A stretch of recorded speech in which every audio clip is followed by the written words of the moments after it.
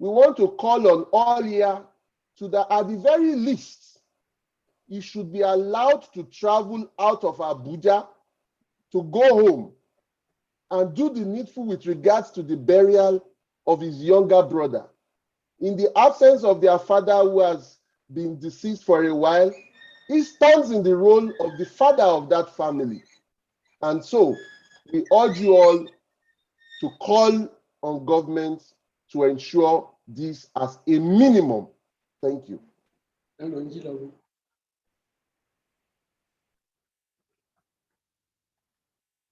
Nimbu. Yes.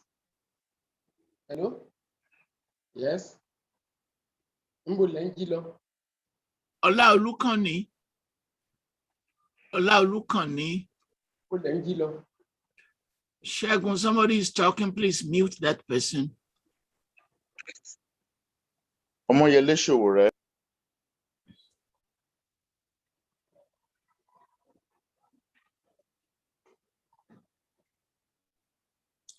Yes, please.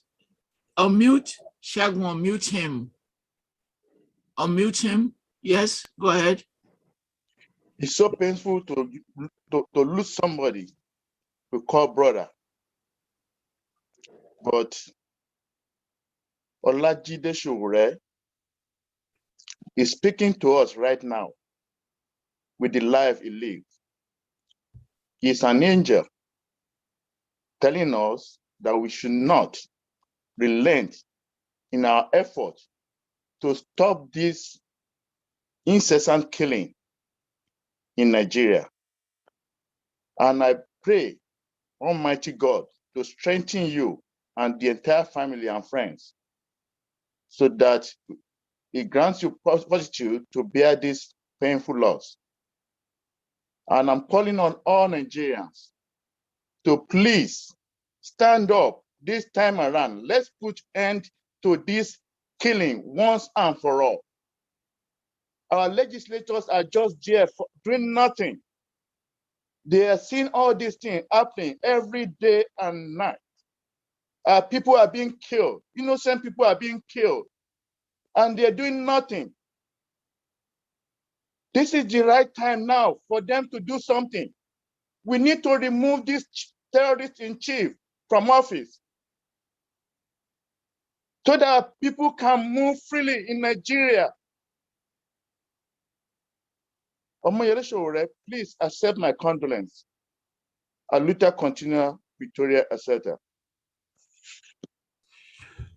We won't be able to take everyone, but we'll exercise patience. Ogunleye Lawrence. If you want to say, has been said by a previous speaker, please no need. Good evening, sirs. Thank you for the opportunity to speak. Okay, can I go ahead? Please go ahead. Okay, thank you, sir, for the opportunity given to me. Egbon Omoyele Sowore, when I heard about the incident yesterday, I was highly devastated. I was so pained. And one thing that gets to my mind is this incident not going to stop the struggle? Because I know this urge to quit, even the military guys, the generals also felt that urge at some time when they were coming, maybe as a cadet or so. When that thing happened, I said, oh my goodness, is Mr. Omoyele Sowore not going to have this kind of urge to quit this struggle? Because for the past, early this year, I have seen the narration and the mentality in the minds of the youth changing. So when you started this struggle before the election, so many of us, so many of the youth, not me, not inclusive, did not understand your part. Some were talking this, saying that, but recently I see that people begin to love you. People begin to get the message so clear. And such a thing now happened yesterday. I saw whenever you post anything, I read comments and I see what people are saying now is changing from when you started. That shows that your message, your ideology, what you are doing is getting to the mind of people. This is not the time to quit, sir. It is so sad. It is so sad. Please, sir, just accept my condolence. May the Lord Almighty be with you, uphold you, be with the entire family, and such a thing will never happen again in your family. And I bless Nigeria with peace. In Jesus' name, amen. Thank you. Professor Oyeniyi Bukola. Oyeniyi Bukola. Unmute him, please.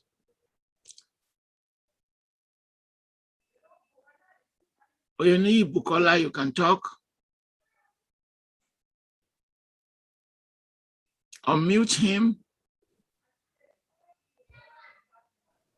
Okay. Hello, Mr. Sowore. I've lost younger ones before, so I know how it feels. It's quite unfortunate. I want you to put one thing at the back of your mind. God gives and he takes away. Nobody can console you. It's only you that you can console yourself. I lost a younger one at point of delivery. I lost 3 like that. So I know how bitter it is. But sir, this is what I want to tell you. After everything is said and done, it will remain only you. Hold fast to that which you believe. Remember that young man, what he has in mind, what dream he had in mind, and what he will want you to do. Please, sir, that's the only thing that will uphold you. I've always known you right from our Nance days during military era. So I know who you are. I know how strong you are. And I'm not perturbed. I know this will not discourage you. I salute you. And I will always keep you in my prayers.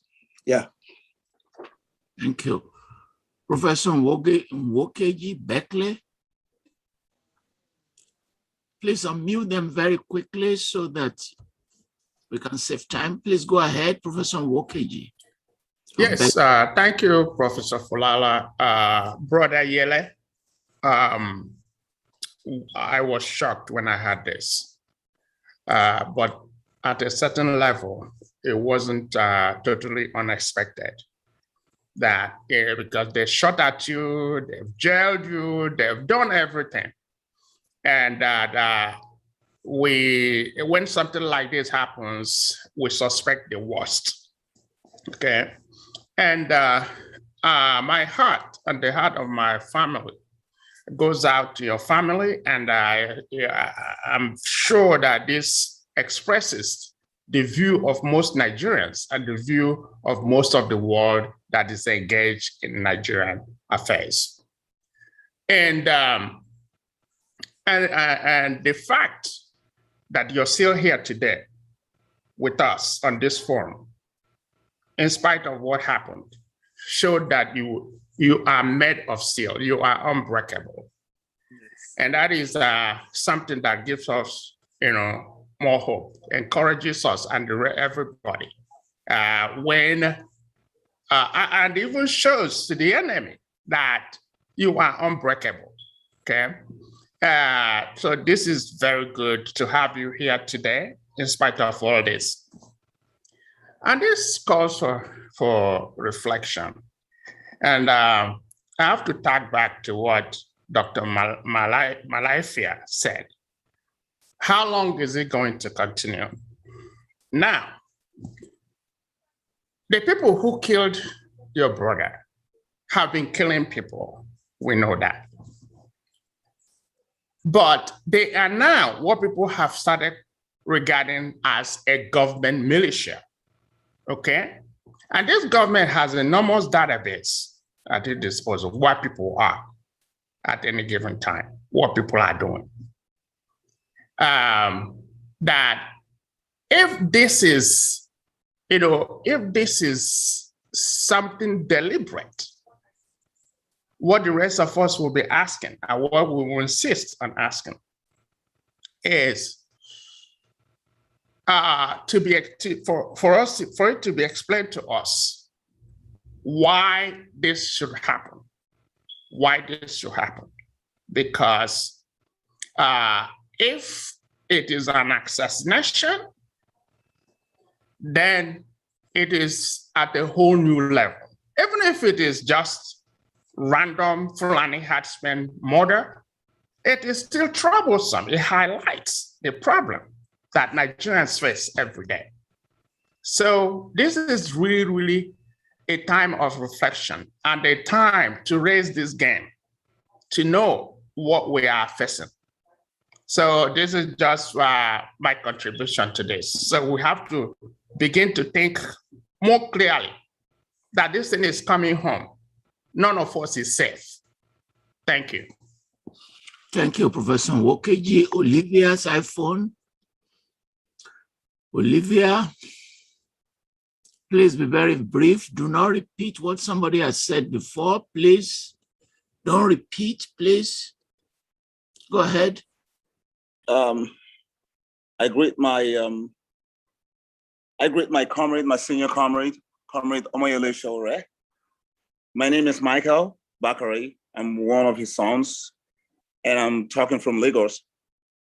I just want to say to you, sir, that you are hurricane, you are third force, you are unbreakable, and nothing shall break you. And do not forget also that there is no wind that will blow in the favor of a ship with a destination.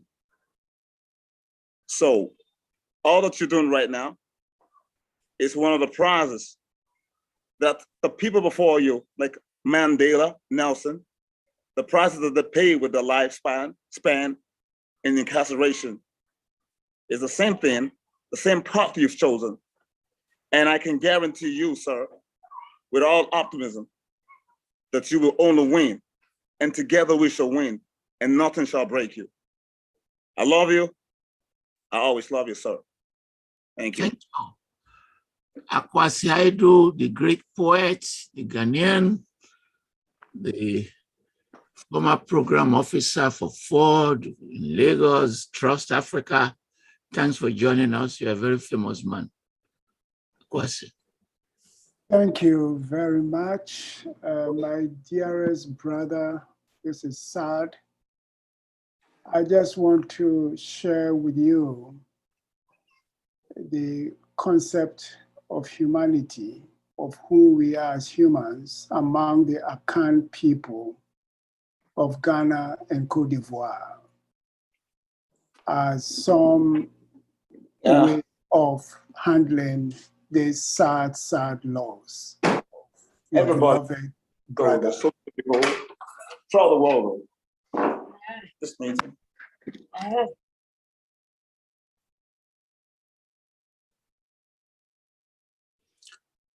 Akwasi, continue. Yes, I got muted, but the Akan people of Ghana and Cote d'Ivoire have a concept of people, human beings, that I think will help in dealing with the sad, sad loss of your beloved brother. According to the Akan people, we as humans have three parts. We have our body, that's called the Honam, and the body is given to us by our parents, which is why often we look like them, or at least one of them. The second part is the soul of the person. It's our soul. And the soul is given by Onyankopon, the Almighty God. And that never dies. It goes back. It is the body that dies. And the third part is called Nkrabia.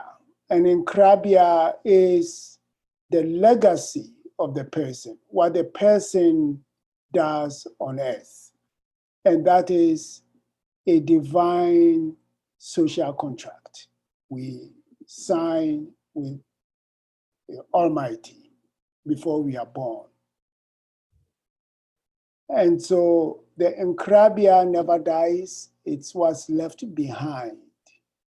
And I think just from listening to those who've spoken today, and this 1 hour of focus on your bereavement.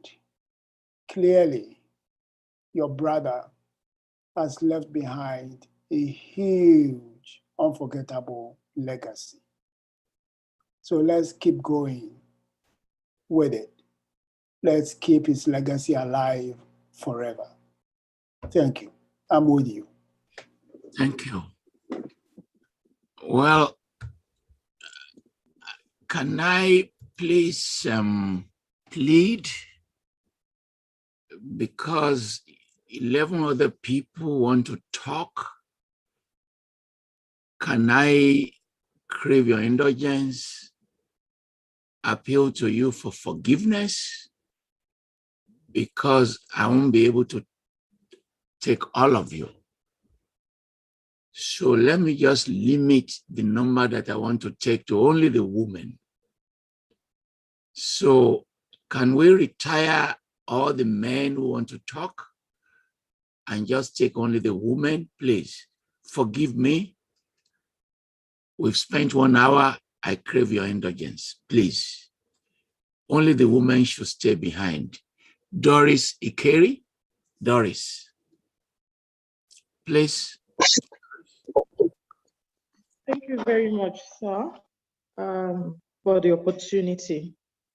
I want to say this to my leader, Omoyele Sowore. It's really painful and sad what happened from South Africa. We, the Take It Back members, we condole with you, because I know it's a difficult time.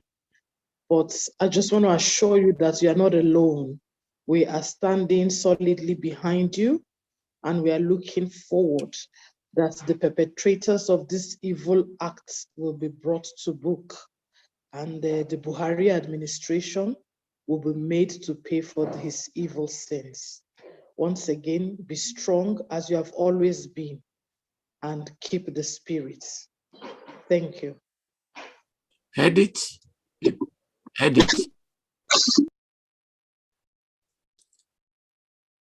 Go ahead, please. Unmute Edit.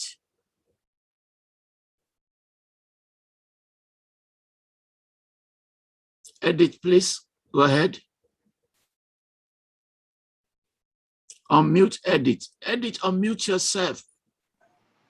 Okay, yeah. Thank you, sir. Thank you for calling me, sir. Mr. Sowore, you know how much I appreciate you, sir, for your good work, your fight for a better Nigeria. May God continue to be your strength and your shield, sir.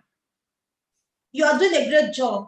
Please, continue to be strong. Don't let this weigh you down. We will surely overcome. The injustice in Nigeria will be over. God is with us. God is with you, and we are with you. Accept my condolence, sir. Please, take heart. Thank you, Edith. Professor Lauren Toba from Adekunle Ajasi University, I recognize you.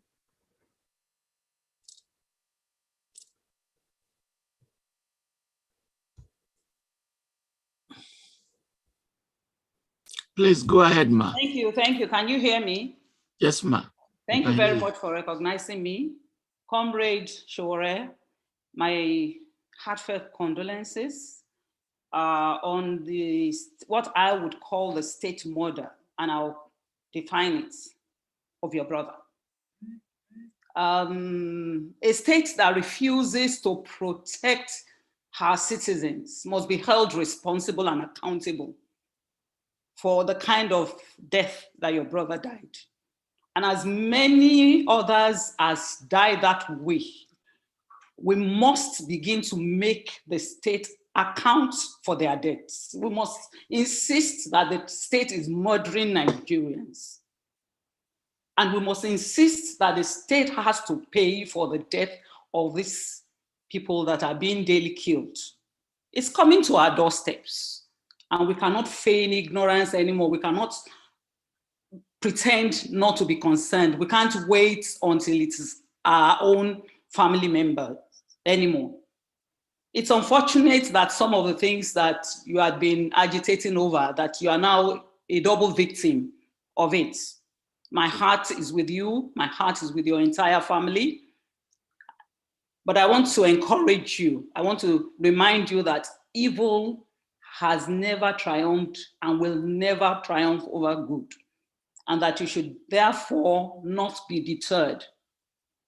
I want to tell you today that a movement will rise, whether they like it or not. It's going to be irrepressible. It's going to be unstoppable. But evil will crawl on its knees. Justice, fair play, good governance will be established in Nigeria, whether our leaders like it or not. So, comrade, once again, my condolences to you and to the family at large. Be strengthened. Be strengthened. A luta continua, Victoria Asata. Thank you. Oludare Ogunlana. Oludare. Oludare. Are you there?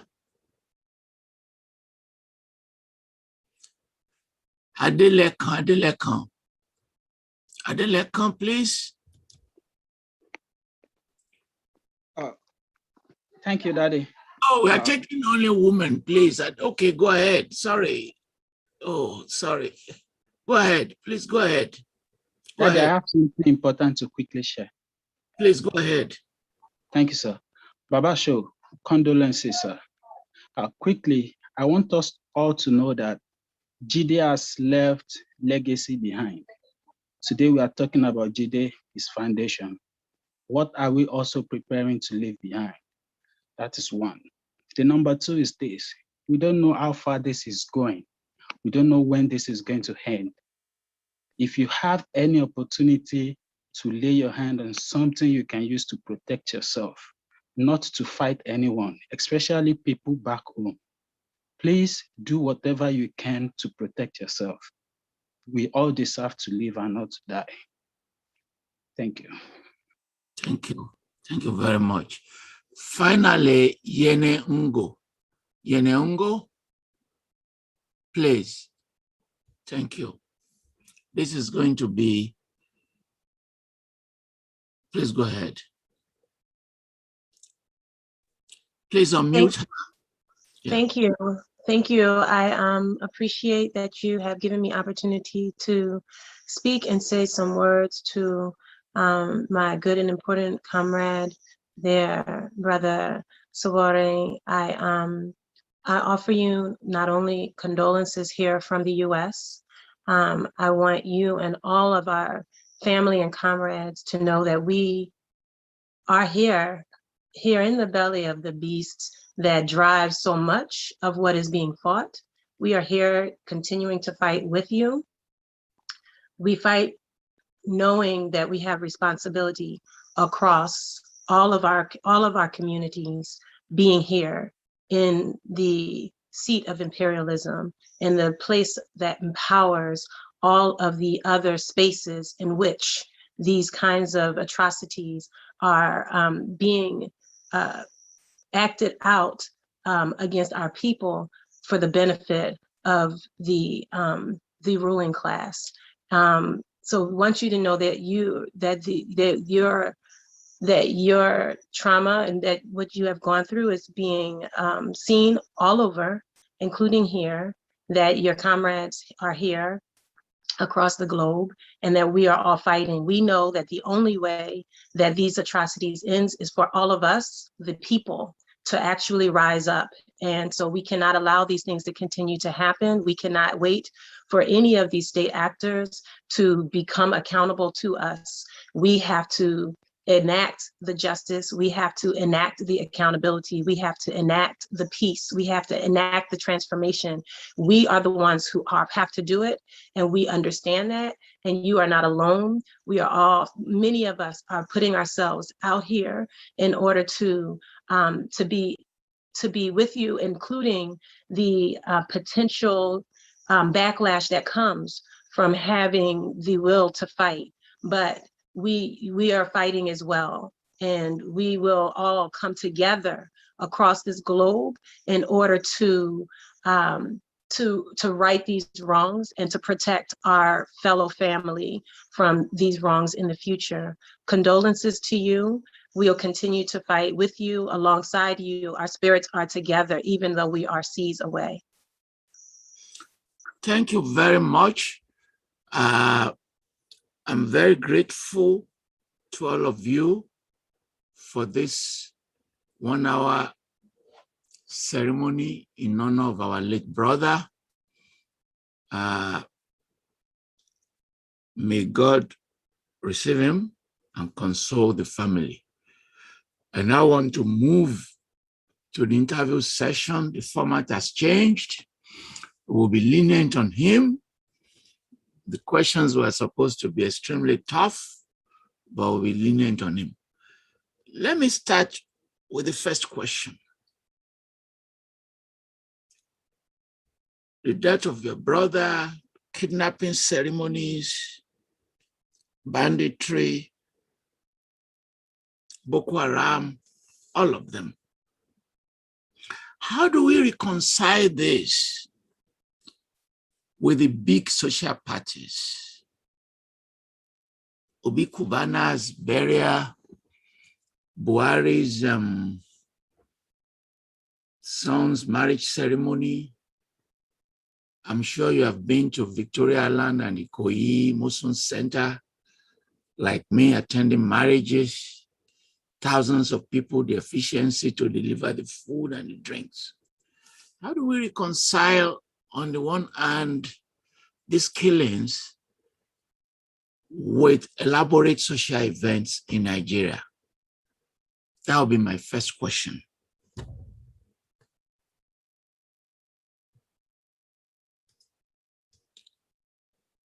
Unmute yourself.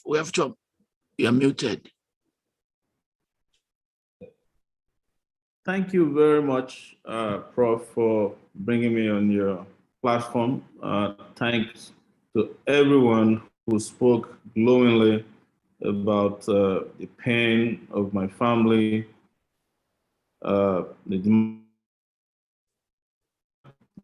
which I described as state murder. This kind of murder has two levels or two suspects. The first, the primary murderers, and that one you can bet is the state, and we know them. The secondary murderers are the people we have not found, and those are people who are acting on behalf of the Nigerian state to do what happened to my younger brother today. I also want to make something open today that I am the first child of my family. We have about 16 siblings. I'm the number one. He's number second. I used to be the shield over everybody, but since I was held up here in Abuja to ransom, kidnapped from Lagos, August 3rd, 2019, and eventually kept in open prison here in Abuja, the pressure on my brother to cater for the younger ones was what led him to be driving around twice between school and his businesses on that very dangerous road. Otherwise, I don't think my brother would be on the road at 6 a.m. Had it not be that he was under pressure to cater, for our younger ones and the needs of the family. So he automatically became the breadwinner of our huge family, unprepared. And he discharged his duties creditably well. And I'm sure wherever he is, if he's hearing us, he'll be resting and also happy. And also, one final thing about him, he said the reason I decided to come here today is this is what my brother would do. Is if this happened to someone else in the family, or if this would stand in the way of an important assignment, he said, go and do it. Just leave us alone. We'll take care of ourselves. So that is the reason why I'm here today, to honor his free spirit and his resilience as a child who when he was a little boy, was referred to as daddy in the house because he was the most respected, the most loved, and the one who made everybody happy. So having said that, I go to your question. The Nigerian state itself is riddled with internal contradictions. And these contradictions are multi-level and multi-layered. Some of them you can explain within sociology, some you can explain within the realm of religion, some you can explain within the realm of just keeping hope alive. And while you see young people embrace some of the most ridiculous social means of engaging and interacting with themselves, while I get upset sometimes, I just understand that they have been beaten so badly, every day. They never had a great life. They didn't have a government, no social security safety net. They have to fend for themselves. And it's just human to find a social outlet to just make yourself a little bit happy when you're a Nigerian and you have had 60 years of unbroken record of abuse in the hands of of leaders that have been on the national stage. So that's what you see and what you call parties. The other layer of it is to complete political distraction too. It's social political distraction, as I like to call it. The government does also allow some things to just thrive so that the young people or old people will not have the presence of mind to pay attention to social political issues that's destroying their lives. It used to happen in the Congo when Mobutu Sese Seko was in power. There was this legend that when the economy wasn't working and there were no jobs, he figured out how to distract people's attention by subsidizing beer. And that was what kept everybody busy and drinking all the time.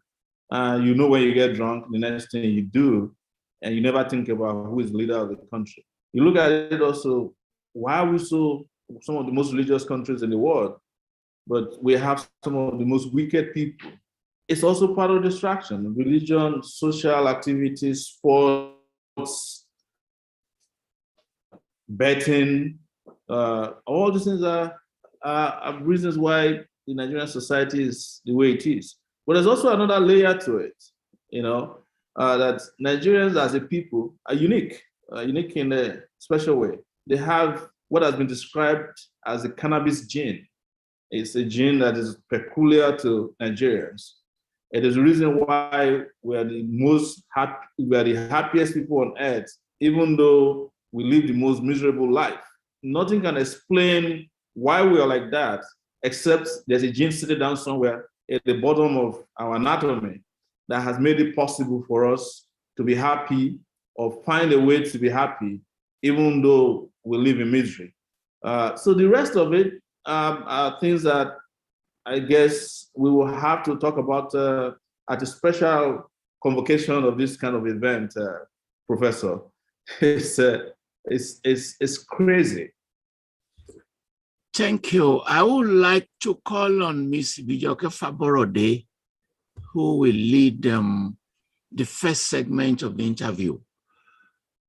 She's a co-founder and executive director of Elect Her, a non-partisan Pan-African political organization that is committed to increasing women's political leadership. She's a passionate social innovator. She deals with issues of inequality and poverty in Africa. And she's been very prominent in the democracy and culture movement. Ms. Bijoke Faborode, welcome.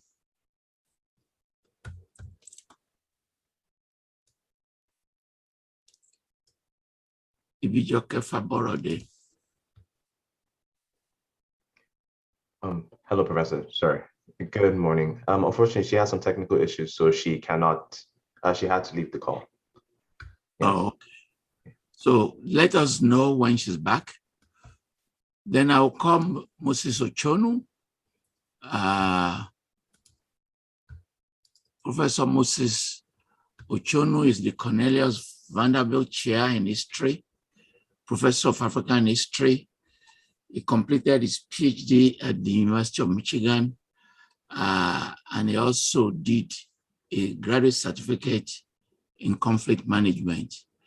He's a well-known author of major books, African Fragments, Colonialism by Proxy, Hausa Imperial Agents, Colonial Meltdown, Northern Nigeria and the Great Depression, Entrepreneurship in African History, and his forthcoming book, Emirs in London. Welcome, Professor Ochun. Thank you. Thank you, Professor Falola. It's sad that we are encountering one another in these tragic circumstances. Sowore, we've come a long way, but I've always admired your courage. You know that. We've had multiple encounters. You've always had my support. We've communicated. What happened yesterday was the last thing that I wanted to hear regarding you. I've followed your travail in the hands of the current regime, and I've always hoped that somehow you paying the price and you suffering, I would say, on our behalf would lead to more cheerful news. But, you know, as they say, sometimes things have to get worse before they get better. So please accept my condolences, and I hope to see you in person to encourage you, but stay strong. So my first question, you, for some time now, have been pushing for revolution. In fact, your slogan is Revolution Now. And you have put together a coalition to push this agenda of revolution now. My question is multi-layered. Why do you think that a revolution is necessary in Nigeria? And why do you think that it is possible to have a revolution, given the multiple divergent agendas of different ethnic and regional and even religious groupings in Nigeria? That would be my first question.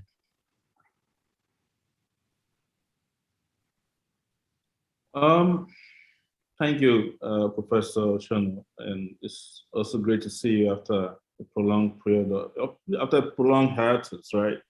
I have looked at Nigeria 60 years of existence and participated actively for 30 years in Nigeria's lifespan as an independent nation, having started around 1989 as a student of the University of Lagos. And all these years have convinced me that nothing at the level of reforms, nothing at the level of superficial innovations, nothing at the level of interventions that are very, very conventional can change the trajectory of the Nigerian nation.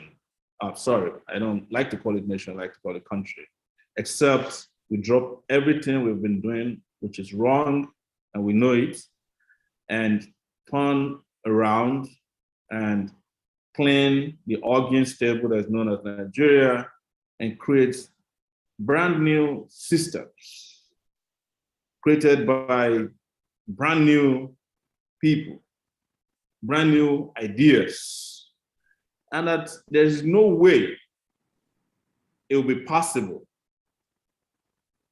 to have an omelette without breaking the egg as far as the Nigerian situation is concerned. That was that conclusion I had.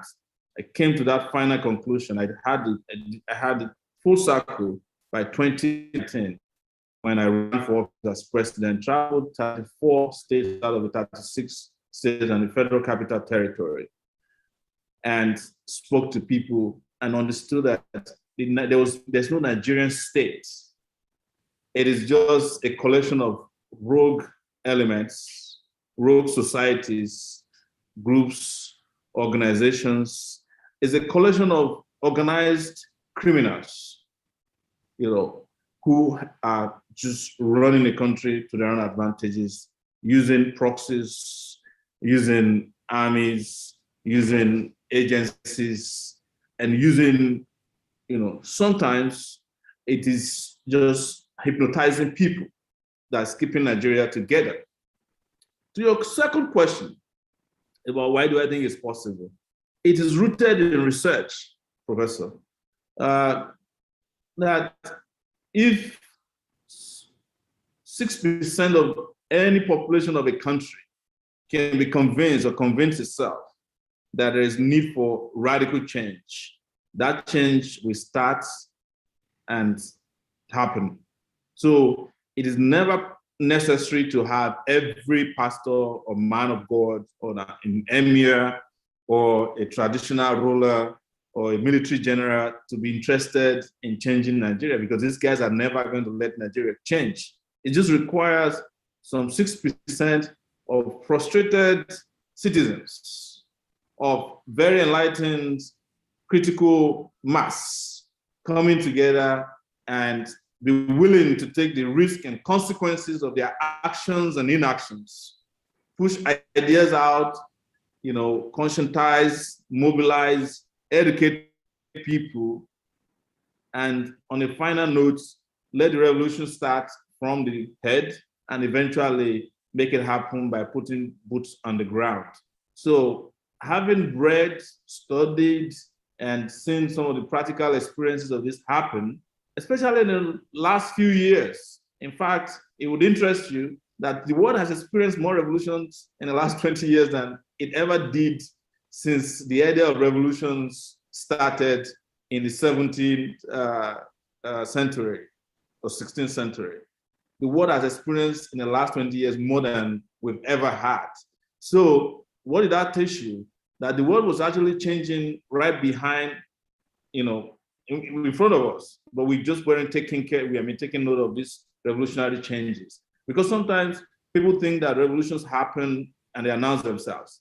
The problem, which is a question we probably haven't gotten to, it's what is there in terms of having a revolution that help you manage the expectation of those who should have the revolution.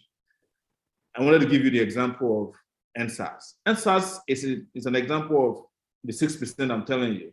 Yes, there was no participation in Kaduna or Sokoto in NSAS, but it was being embraced already after it got to the second stage, in which places like Jos had some of the biggest civil war uprising during NSAS. And Muslims and Christians came together to share what belonged to them at a warehouse, what you now know as palliatives, right? And there were no disagreements. There was no ethnicity on that day. And there were millions and millions of people. They didn't need to pray. They didn't need to speak any language. They were going after a particular product. That day, it was a palliative. But in this case, in the case of revolutions, it will be emancipation. And people were asking, well, let me go back to the question I was trying to answer, which you hadn't asked, was that when people hear about revolutions, they only read the sanitized version of the end product. People, for example, did not know that the French Revolution itself lasted more than 10 years before it became well-known and well-studied. And that even some of the people who participated in the revolution carried out a red campaign in which they exterminated themselves. Most people also did not know that 100 years after the first French Revolution, an attempt was made by the same family to reimpose the order that brought about the revolution and was resisted. The Cuban Revolution did not happen in 2 weeks. It happened over a long period of time. American revolutions, if you want to call it that, the Russian Revolution, they did not happen in 2 weeks. But here we are dealing with the problem of management of expectation. People just want the revolution to happen just now. It's not happening in 2 weeks. They want to go back to where they're coming from. The other part of revolution, which is tricky that most people don't know, is the masses. The masses make revolutions happen. And the moment it happens, the masses go back to where they are. Revolutions are then micromanaged. I mean, the outcome of revolutions are then micromanaged by the critical mass we are talking about. Nigeria is capable of meeting all these conditions I've stated to you. And a taste of it for me was NSAS. Prof. Well, that is, thank you. Thank you. So along those lines, Sowore, as a follow-up, because I think people get confused. Like you rightly said, revolution is a word that scares some people, that instills concerns and confusion in others. And, so, I mean, clarify for us. I want us to walk us through the specifics of your call for revolution, this revolution that you're advocating. What would it look like? Who would it target? And what exactly would be its end goal? Those three connected questions. Yes. It would definitely make itself clear after it's successful. Then who will it target? Oh, absolutely. It will target the oppressive class. It will target the buccaneers. It will target the liars. It will target the gerrymanderers. It will target the carpetbaggers. It will target the loan sharks in our system. It will target to the level of even landlords. That's how far it will go. This revolution will get to a point where people will no longer be going to the churches they were going to after the revolution, because they would have realized that these platforms, all these several platforms, churches, mosques, their social circles were actually part of the organized gang up that had withheld the emancipation for all these years. In terms of the outcome, if your last question is direct or correct to that effect, is to bring about a new socio-political order, a new social order, a new political order, a new financial order in the system, an order that is egalitarian. But I know when you use the word egalitarian, people just laugh at you because it looks like some buzzword for just, motivational speeches. And I hate motivational speakers when they tell you everything will be all right and it's not going to be all right. So, but I think we have a concept of I think Nigeria should be. You and I discussed this, we've discussed this a lot. In fact, we used to have a small team of persons around me, I don't want to reveal names, who we believe that what we could use the internet for could spark an internal uprising in Nigeria when we were abroad. That was our goal in those days. So the context that was behind our writings in those days was to just make people get worked up enough to say, look, enough is enough. But unfortunately, we didn't achieve that because it needed to go to the next stage. And that was taking the necessary risk of leaving whatever we were doing behind and taking a dive into the mud, which is Nigeria. So I've never seen any country else where you have a mirror that shows what Nigeria wants to look like. There's no Nigerian you ask how they want their Nigeria to look like that can't tell you. So if Sowore is even sitting down here telling you, oh, this is Nigeria, it will be a little bit even dictatorial, because at the end of the day, my job might just be to make this happen and allow other people who are better equipped by myself.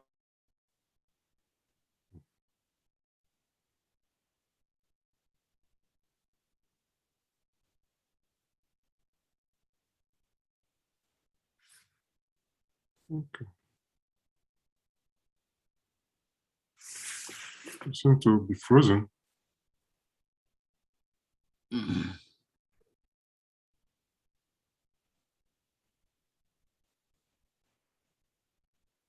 We've lost his audio. Yeah. Yes. We'll come back. Yes.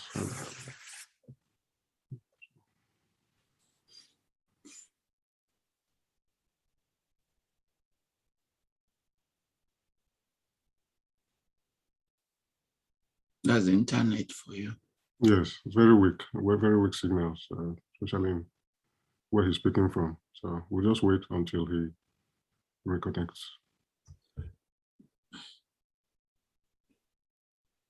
You know, we've lost you.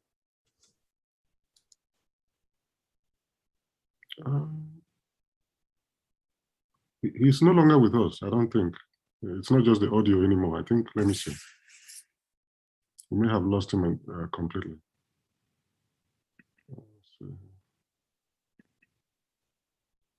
To be yes, okay. He's restoring his system. Let's give him some patience. While waiting for him, if anybody wants to say something, you can go ahead. Anyone you want while waiting for him? Ambali Abukabia. Go ahead. Ambali Abukabia. Once Mr. Sowore joins, we will stop you. Ambali, go ahead, please. Ambali. Go ahead. Please unmute him. Unmute him.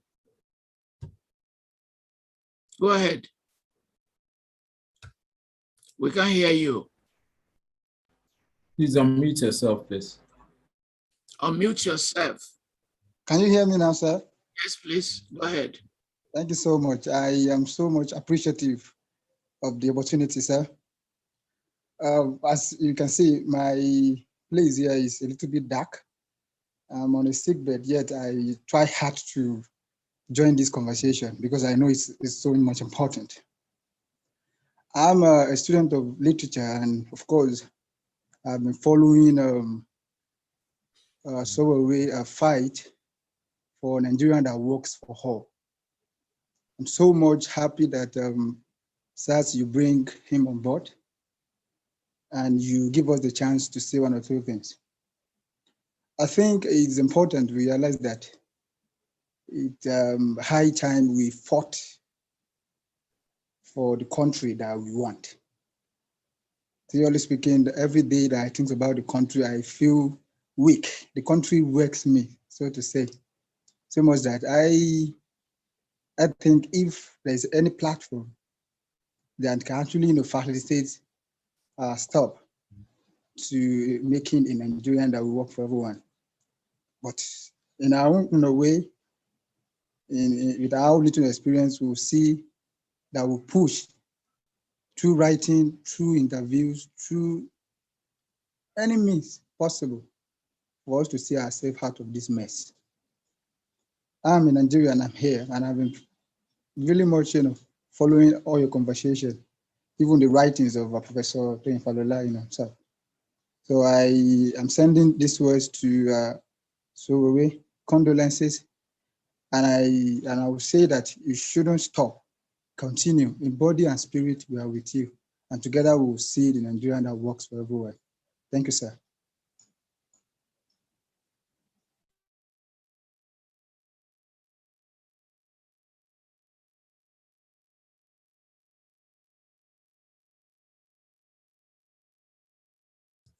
Welcome back. Moses, please continue. Bring back Moses. Bring back Professor Chonu. Yes. Okay, I think he was in the middle. Sowore was in the middle of a thought. So if he doesn't mind, he could, if he wants to finish that thought before I, maybe I have a follow-up question. Sowore, you were. Please go ahead and finish your thought, Sowore, and then I'll have a follow-up question. Yes, I was wondering. I just want to, because of people who might just have joined, can you just repeat quickly? So the question was about the specifics of Sowore's advocacy for revolution, the target of such a revolution, what it would look like, and the outcome. Yes. So where I was headed before I got interrupted by the network here is that I think the ideas are pretty clear what we want Nigeria to be. What we haven't been able to agree upon is the amount of commitments people are willing to put to it. And I want to say one thing regarding revolutions. That even on the eve of revolution, there can be revolutionary confusion. That was the opening question of Professor Falola earlier. Why, in spite of all the things that's going wrong in Nigeria, people are just immune to what's going on all around them, and they're having parties. They're getting entertained or tickled by things that you think are very superficial. Yes, we are at that stage also of revolutionary confusion, where people don't even know what amongst all the variety of solutions presented to them is the one that is going to fit the future. But I think generally we have enough people, we have resources to determine the future that we need. What the resources we don't have enough of is the courageous men and women that are willing to take a plunge. I don't think we have that number yet. I would admit that that's still lacking. As soon as we have those numbers, I guarantee you that the rest is easy. Well, thank you for that far-reaching answer, Sowore, because it actually leads me to my next question. You see, you spoke about confusion, but there is one issue that on which there doesn't seem to be a lot of confusion now about this issue. As a matter of fact, there seems to be a consensus developing around this issue among the elites, both the ruling elites or the intellectual elites, even among some of the radicals, some people who advocate radical change. And that issue is the issue of restructuring.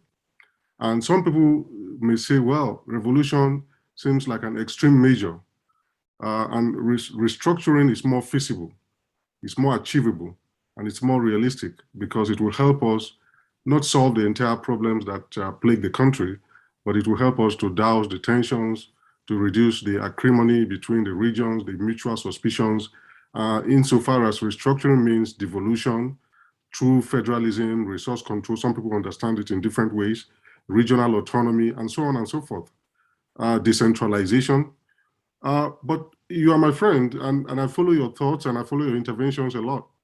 And you've been relatively silent on the debate around restructuring, even as it has gone beyond the South. It used to be part of mostly part of the Southern political conversation. Now you have prominent voices like Professor Atahiru Jega in the North, who have been writing and advocating for restructuring. So it seems like there is some clarity and consensus developing around restructuring as an ameliorative project. But you don't seem to have bought into it. My question to you is, what is your position exactly on restructuring? Why do you not seem so enthusiastic about it? And don't you think it's more feasible, as some people argue, than outright revolution? Well, let me be very clear about this. One, I'm not silent on restructuring at all. What I have been opposed to is where and who will drive the process of restructuring. That's number one. I think in your answer earlier, your question earlier, you said a lot of people are afraid of the sound of the word revolution. I'm also afraid of any kind of solution at this point that the people who a revolution should target are comfortable with. Do you get my point? They are comfortable with restructuring. That makes me even more suspicious of the kind of restructuring they are looking for. So it looks like you are trying to drive people out of a place, but then you let them determine when they leave or how they exit, through the back or the front. And eventually they decide not to leave and lock you out because you said, well, let them decide when to leave. I'm going to take a tour. The second part of my position is that at this point in the life of Nigeria, I am no longer interested in advocating for half measures. I think we're past the stage of reforms, and restructuring to me appears like, putting another Band-Aid on the cancer that will not heal because of that will not heal the problem. That is why I have been very clear. I have a feeling, not a feeling, I have a conviction that Nigeria has passed the stage of restructuring, because I have studied and listened and read up on the different positioning about restructuring. And I think, let me be honest with you, not all the people who are advocating for restructuring are also advocating for the same thing. So it is also looking like a subterfuge of an escape from the reality of Nigeria's socio-political dire straits that we have found ourselves. So that is the reason why I'm more comfortable with something that goes, entirely cleanse the system, and we take it from there. One other thing that you must know is that you and I have also experienced these kinds of interventionist positioning of the ruling class before. There was a time in the Niger Delta region that they were saying resource control. They even had Ebola hats named after it. Everybody wore it, And when the resource that was to be controlled came, they just created oil sheikhs and more corrupt men and women, and it created a number of, overlords in the creeks that just made life more miserable for the people of the Niger Delta region. And you remember that that's where I was born and raised, in the Niger Delta region of Nigeria. So, and some of the people who were advocates of resource control, the Ebola hat one in those days, are now the same elements applying for restructuring. The last word to say regarding restructuring is, I have seen the way the political class deems itself. This has the characteristics of that system where they are choked, and they find a way out by selling a dummy to the people who are choking them, and eventually turn around and choke the people with the same positioning that they sell, or with the same strategy that they said will solve all these problems. I have sat down with several of the people who are positioning on restructuring, a lot of them older people who are the departure lounge of life. Their positions are all different. The ones of the Southwest are different from the ones of the Southeast. The ones from the North, including some of these intellectuals we are talking about, the moment you see them embracing this kind of position, there is something that is not open to us. Because you know what? The Nigerian state, as originally created, is a supermarket for the elites. And they are not going to let it get to a point where the profits and dividends go to the people who are not stakeholders. That's why they use the word stakeholders.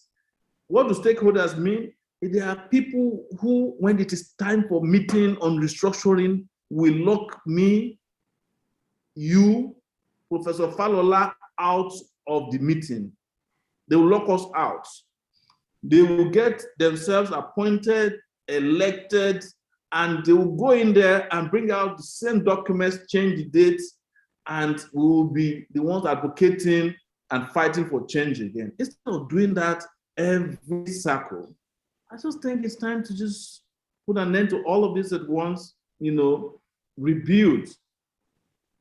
Take it all down at once and stop deceiving ourselves that, if you take one pillar and put it back and you add a few more irons, the building will keep standing anyway, even though there are cracks all over it. Why don't you just take a damn building apart, nuke it? That's a fair point, Sowore, because obviously we cannot deny the fact that restructuring has become a convenient buzzword for people who want to challenge the status quo. It's become politicized. Some people weaponize it when they're in opposition, and then when they get into government, they are silent on it. They pretend not to know what it means. Some other people, it's a weapon of blackmail, political blackmail.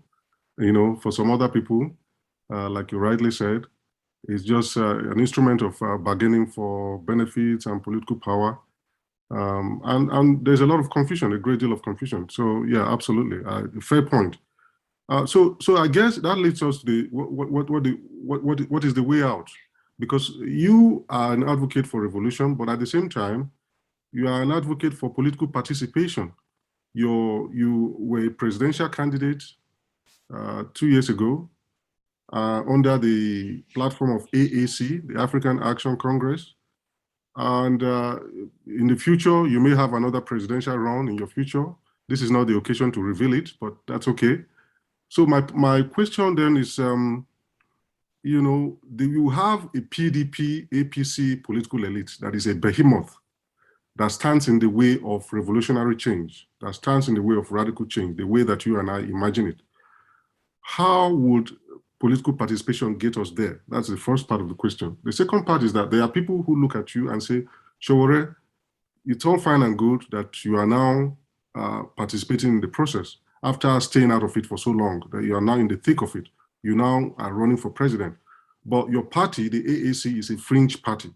It simply doesn't have the resources, it doesn't have the national spread to make a dent in the APC, PDP, rotational elite system or system of oppression. How would you respond to this type of criticism? And how can you, some people say, Sowore, you need to form or you need to join a bigger, more well-funded party with a national spread so that you can stand a better chance of overthrowing the PDP, APC oppressive system that has become so inimical to progress in Nigeria. What would be your response, Sowore?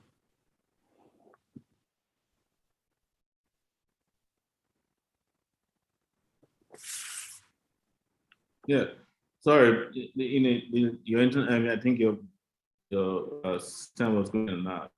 Can you hear me now? Yes, we can hear you. Can you hear me? Yes, we can hear you. Prof, can you hear me? Yes, I can hear you. You are breaking up a little bit, but I can hear you. Okay. Okay. So let me use the example of the African National Congress, the ANC in South Africa. It has always been a political movement, party, but it did not participate in, elections until 1994, right? So I too have been a political participant in Nigeria's political life for 30 years. I just haven't been part of partisan politics. I joined partisan politics for the first time in 2018. So in casting our revolutionary actions and ideas and processes, part of our strategy is to have political participation at the highest levels happening, consciousness that people understand that after the revolution, we are going to need a party that will take Nigeria to that place that we have always promised we will take Nigeria to, or people can take. So there's nothing wrong with having a political party or political movement. In fact, before a party was registered in our name in 2018, a political movement known as a Take It Back movement that was started in the diaspora and then came to Nigeria. Contrary to what the PDP and the APC make you believe, they do not have national spread. It's not true. What they have are transactional platforms for elections. And those people who partake in this transactional marketing, electoral processes can be PDP today, they can be APC tomorrow, they can also be fringe party next tomorrow. Because if you look at the history of the APC itself, the APC was formed less than a year before, or maybe almost close to a year before it won national elections in Nigeria, across Nigeria. So the fact that the PDP was around for 16 years did not stop the APC from defeating the PDP in 2015. The fact that the APC has been around since 2014, or 2014, does not mean that they can't be defeated, in the right political space. But where we differ is that we are not going blindly into another election. We are not just going to package ourselves and go and become part of the statistical numbers of voters and participants in the election in 2023 or whenever elections will happen, because it's obvious that the way Buhari is going probably doesn't even have any plan to relinquish power. It's becoming more and more obvious, but again, that is to be debated at another time. So the creation of a political party, the maintenance of a political party is what it is. It's create a political party that continues to promote agenda, ideas, philosophy, innovation, and ultimately we'll be able to participate in political elections when the time is right. Just like I gave you the example of the ANC that's been around since the 20s and did not win elections, did not even participate in elections until 1994. That might be debatable. I think there was a time even the apartheid regime wanted to co-opt them into the electoral process, but wasn't successful. But the one that we know to be successful was around 1994 for the first time after Mandela was released. So there's nothing confusing there to add political participation or political partisanship, which is ultimately where we are all headed, even after the revolution anyways, to hone your skills, develop your party membership, grow it, but make it a working revolutionary party, a fighting party. And when the process of revolution is completed, the party comes in and help participate and compete in elections.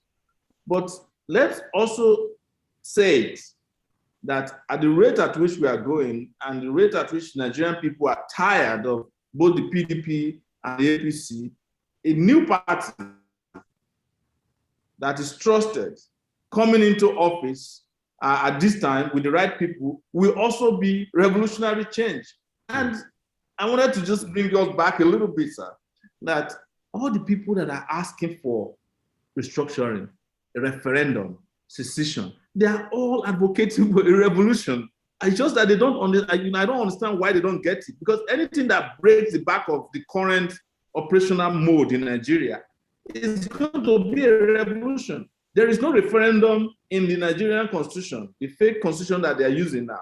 There is no self-determination in the constitution. There is even no restructuring, as people like to believe it.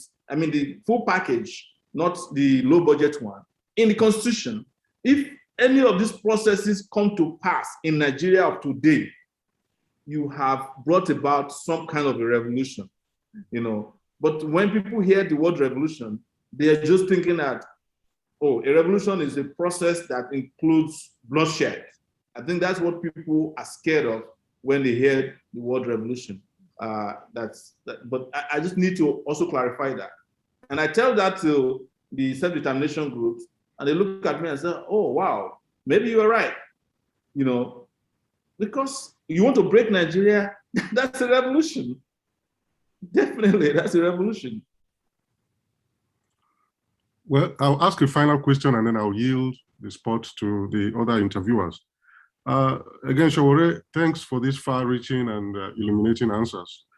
We have a current regime that we're dealing with that has become tyrannical, that has become oppressive, that is incompetent by universal acclaim, but that I think even more disturbingly is very divisive. It has deepened our fissures and our divisions and our differences. This regime has manipulated it and has, in that process, imperiled the survival of the nation itself. For the first time in my 40-something years of existence on this earth, I truly, truly fear for the future of this country. Now, this man, the head of this government, Muhammadu Buhari, came to power at a particular time, and he rose to power on a sentiment of frustration among the populace. But there was a particular media narrative that was created of him as an agent of change, right? There was that media narrative, and he opportunistically, some people might say, rode on that narrative to power. My question to you, Sowore, is, do you have any regrets at all for using your platform of Sahara Reporters to further that narrative of Buhari as an agent of change? And or do you have any regrets for not doing enough to challenge that media narrative that some people argue Buhari exploited to come to power?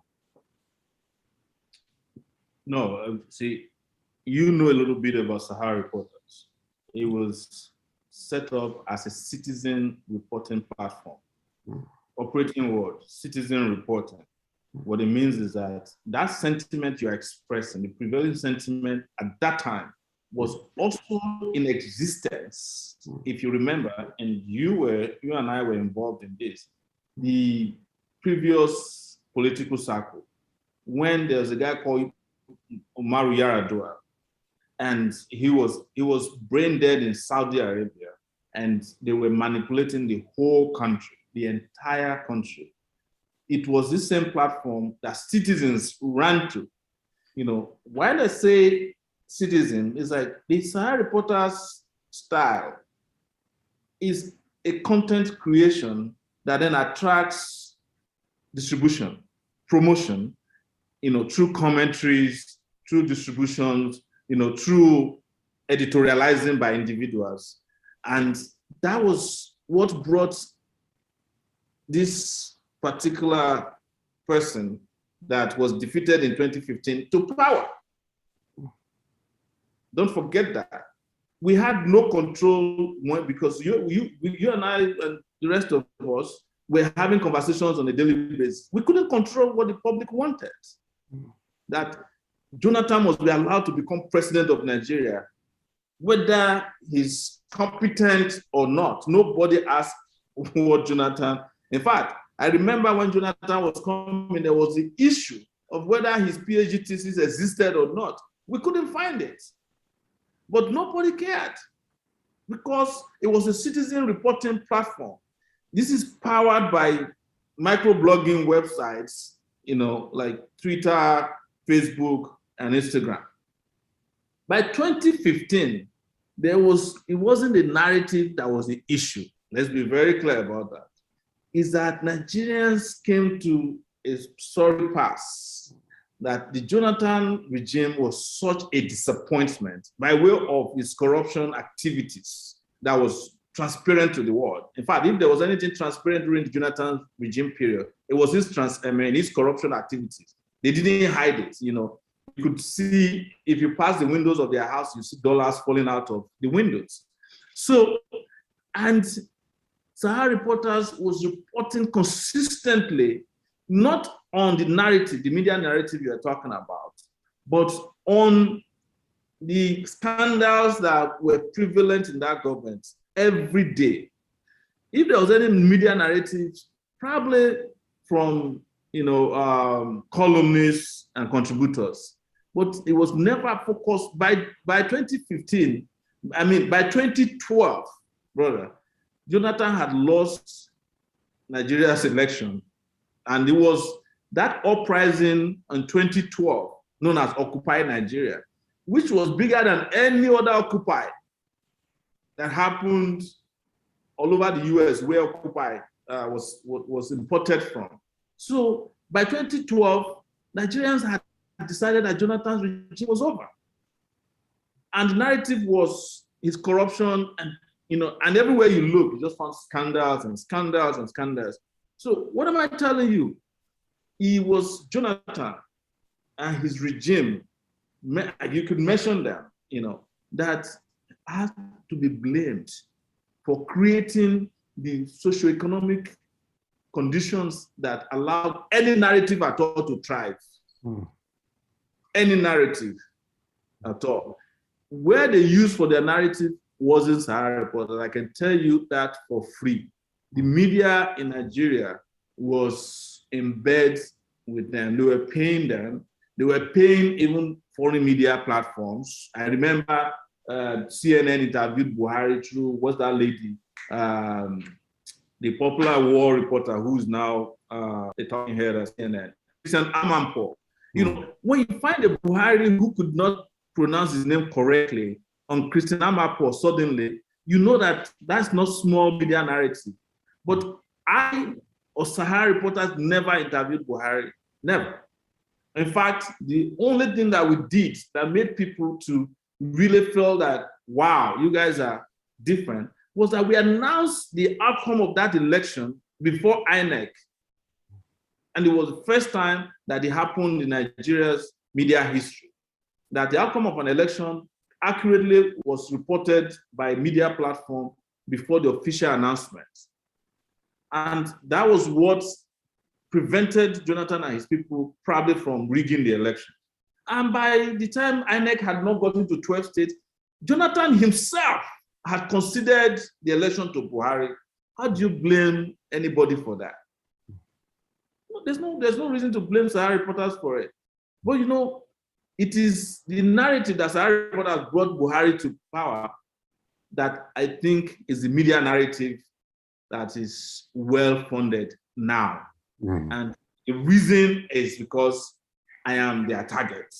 You know, and I take it with honor that I'm hated in equal capacity or measure by the APC and the PDP, equal measure, you know. And the reason is simple.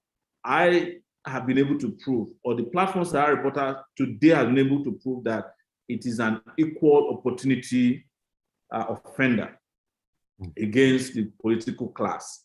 Because the same thing we did against Yar'Adua at that time is the same thing we did against Jonathan. And it's the same thing we are doing now against the Buhari regime. If Buhari could ban Sahara reporters, he probably would have banned Sahara reporters before he banned Twitter. And I can tell you that part of the reason why they banned Twitter, if you count 10, Sahara reporters will be somewhere up, you know, on the ladder. So that's just to make the clarification. Thank you. That is very helpful. Thank you very much. Yes. Thank you so much, Professor Moses Ochonu, for all your great questions and the answer. Before I call on the next speaker, let me follow up on the professor's question. So we have a situation in which the APC is not doing well. Everyone criticizes the Buhari regime on a daily basis. Prices of food have gone up and corruption is not down. So what do you think?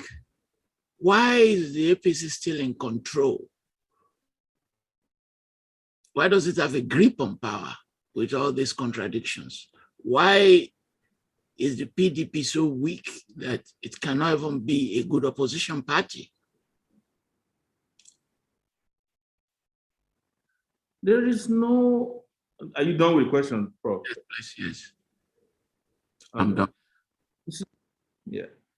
If you look at it very well, these two political parties are two sides of the same coin.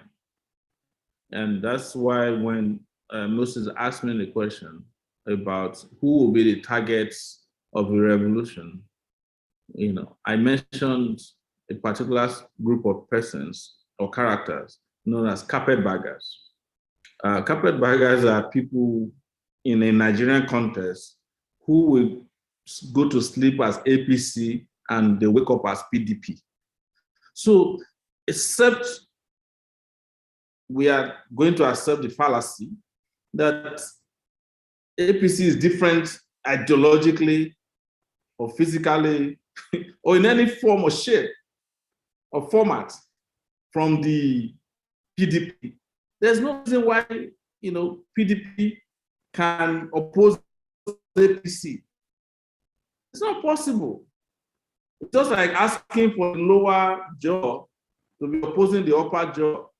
You know, they both have a job in chewing the cord. So it's just what it is. There's no difference, Professor, between APC and PDP. It's the guys who were in APC in 2015 that are now in PDP. It's the guys who were in PDP since 2019 that have all moved back to APC. So how can they oppose themselves? They're the same. You know, I'm sure that the same people who wrote, I think it was a person who wrote PDP constitution that wrote the first constitution of the ACN, actually, that's Professor Chibola Ige. So it's the same person. They have the same, if you look at their constitutions, they have the same similarities and operational modus operandi. So there's nothing different, sir. There's no way these two political parties can oppose themselves. They are the same, one and the same. The only difference is the color of the flag. Thank you very much. Before I call on our next speaker, I want to express our gratitude to 8 platforms that are streaming this. For those of us watching by this Zoom, at some point was 400 people, which is large, it's still a very large number. What we do is to use this Zoom to connect to various platforms. And 2 of the platforms have 4 million members. Usually they will send us, some of the platforms will send us the number of viewers, which is usually a lot. I am very grateful to them. Some of the platform owners are here. Tunde Kilani is here with us. We're on his platform, Mainframe, which is a large platform. I saw Musa Adedayo is also here, which is streaming this on live television to over 1 million people. So we're very grateful to them. We're grateful to African Briefings and other people that allow us to stream this conversation.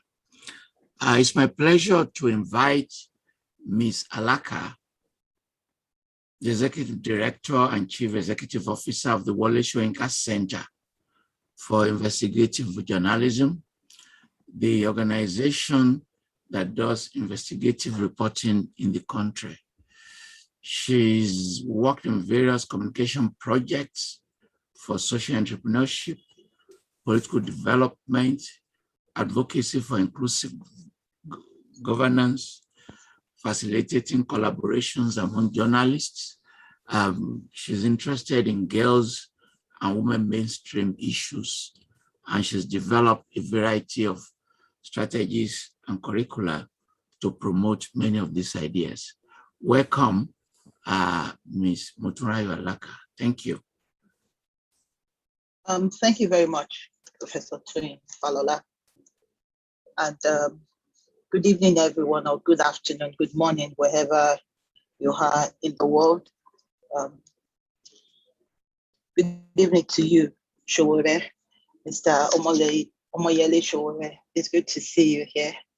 I want to commiserate with you first on the loss of your brother, Olachide. I know what it is like to lose a close family member. I've lost a mother, I've lost an elder sister, an immediate elder sister. I also know what it is when that loss is very close to systemic failure, and you can know that the loss was avoidable. And when you live your life in service to country, it can be even more painful to find that the same things that you're fighting for beat you that hard home. So I commiserate with you. And I appreciate you for making this meeting. I understand the commitment to humanity and commitment to common good that makes one, despite personal tragedy, show up for this kind of meeting. So thank you for that show of integrity and commitment to community. So my first question is, on earlier in the year, March 2nd to be precise, you were at the court, and you were at the court with somebody in street parlance who called Juju Man, right behind you. And in the news, some people said this was Sowore's spiritual advisor. Some people said it was a Juju Man. You answered to say that on BBC Pidgin, you said that, well, it was just a man who was, a traditionalist who was showing his religion. But throughout the time you were in court, this man was positioned behind you. He seemed to have been making some incantations because he was murmuring all through, and he was positioned behind you. So what really was the game? Was it to create some drama, some comic relief? Was it just that a friend was showing solidarity? Thank you. My answer is simple. I think Africans should stop explaining to anybody how they dress to anywhere. Mahatma Gandhi, who is widely known as an activist, a peace activist from India, wore a sarong for most of his life, except when he was in South Africa and briefly in the UK. He didn't have to explain it to people. It was a culture. So if I go to court with an African dressed in African attire, whether it's positioned behind me or in front of me, whatever he carried, as long as an African and he's dressed in his attire, which is his choice, it's not a problem. And we shouldn't be defending that. It is part of the colonial, problem that we inherited, that we have to explain, we have to dress a certain way. And this is the way I explain it, right? But there's also another context to it. And the context is that same court I had been with the pastor before, it was not reported. I was accompanied. I didn't take the pastor. I was accompanied. The same court I was accompanied to by a Muslim cleric who had his turban all the way to the back of it. It wasn't reported, but the media, because in the same way they came and said everything we had is inferior. They asked us to throw some of them away, and then they took the rest, and they are all in their museums now. So we don't have to stretch this beyond what it is. Let's accept who we are as Africans, dress Africans. Since we are not ashamed to wear suits, we shouldn't also be ashamed to wear cowrie shells and whatever we put on our clothes when we go out to any official engagement or unofficial engagement. But I'll say one last thing, which is the part that would be fun to you guys. It was when I went with the so-called spiritual advisor that I got the most relief from the judge. Even the things we didn't ask, the relief that lawyers didn't ask for, they were giving us, Mr. Sowore, oh, don't worry, don't do this. Everybody that they said should stay in Abuja, they said you can go home. So maybe mentally too, it had an impact on the judge. I don't know. So it worked. Thank you. Okay. All right, great. I thought to start with something that made us laugh a bit. Also, my next question is about the issue of verification. The fact that Sahara Reporters, operates as a leaks platform, it has broken so many valid news. It has helped to give people perspective to information that sometimes even legacy media is afraid to publish for various reasons. But do you find the need to, in the face of increasing misinformation and disinformation and the attacks on truth, do you find a need to more intentionally create a more solid system of verification for publications on the platform? Can you repeat that? I lost part of your questions due to network, I think. Can you please repeat that? Okay, that's fine. I was saying that Sahara Reporters operates as a leaks platform, and it has broken a lot of news, a lot of valid news. It has given access to information that sometimes is not available on even legacy media platforms for so many other reasons. However, in the face of growing misinformation and disinformation and attacks on truth, do you find a need to strengthen the verification process of the things that are published on that platform? Let me answer it two ways. One is that every platform that's in existence must continue to improve or perish. So if you don't improve, especially in the face of the kind of fierce competition that's out there regarding how content is created, how news is churned out, how breaking news is out there, you're going to just fade out. It should be to the credit of how Sahara Reporters was conceived and operated over these years, that it has existed for 15 years as a major force in the news industry in Nigeria, or the content creation industry in Nigeria. And Moses Oshonu is somewhere here. They helped me. They used to help me until I went to politics and didn't get directly involved in with Sahara Reporter. Secondly, you see, sometimes I get tired of people saying, "Oh, verify your news." And when you ask them which part of the news is not correct, they can't point it to you. They just have a problem with the context that Sahara Reporter presents as facts. They're not used to it. They are to get these facts, or why did you publish somebody's credit card, information? Or, why are you so audacious? That's what people question us mostly about. I think it's more about the methodology than it is of whether news is factual or not. I have said it repeatedly. If any news media in Nigeria needs to improve or stop fake news, it should start with NTA, the Nigerian Television Authority, because they're the one who tell you the news every evening that the economy is improving when the economy is not improving. They are the one who tells you that the president is well when he's not well. They are the one who tells you that Nigerians are happy when they are sad. So who gives you the first, who gives you fake news the most? Government platforms. The Ministry of Information misinforms people, misleads people. You can never get accurate information from any government platform.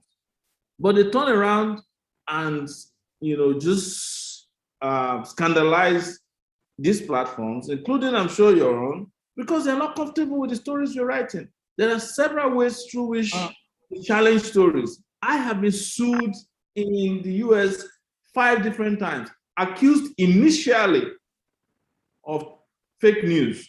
And when we got to court, the judges found out the stories were accurate. In fact, last week, about a month ago, a judge in Maryland, Sahara Reporter's lawyer, $7,000, because a man of God lied. He was spreading fake news, and it was Sahara that was right. The case is still in court. We haven't concluded it. But the moment he discovered that the US court is no longer willing to entertain his lies, he has come back to another judge in Akwa Ibom to restart the case where they have control over the back door. So what I'm telling you is that if these days, and this is for the news platforms that are on the internet in particular, blogs, create news content in Nigeria, the biggest punishment you can get for doing fake news is not in government, it's not a law court, they are your readers. Readers and users and consumers of content are unforgiving if you tell them fake news, because they are the fact checkers themselves. And the moment you discover that you are not doing what you're pushing out information, you will lose credibility. You will completely lose credibility because they are unforgiving, and they will keep reminding you screenshot, because the internet doesn't forgive.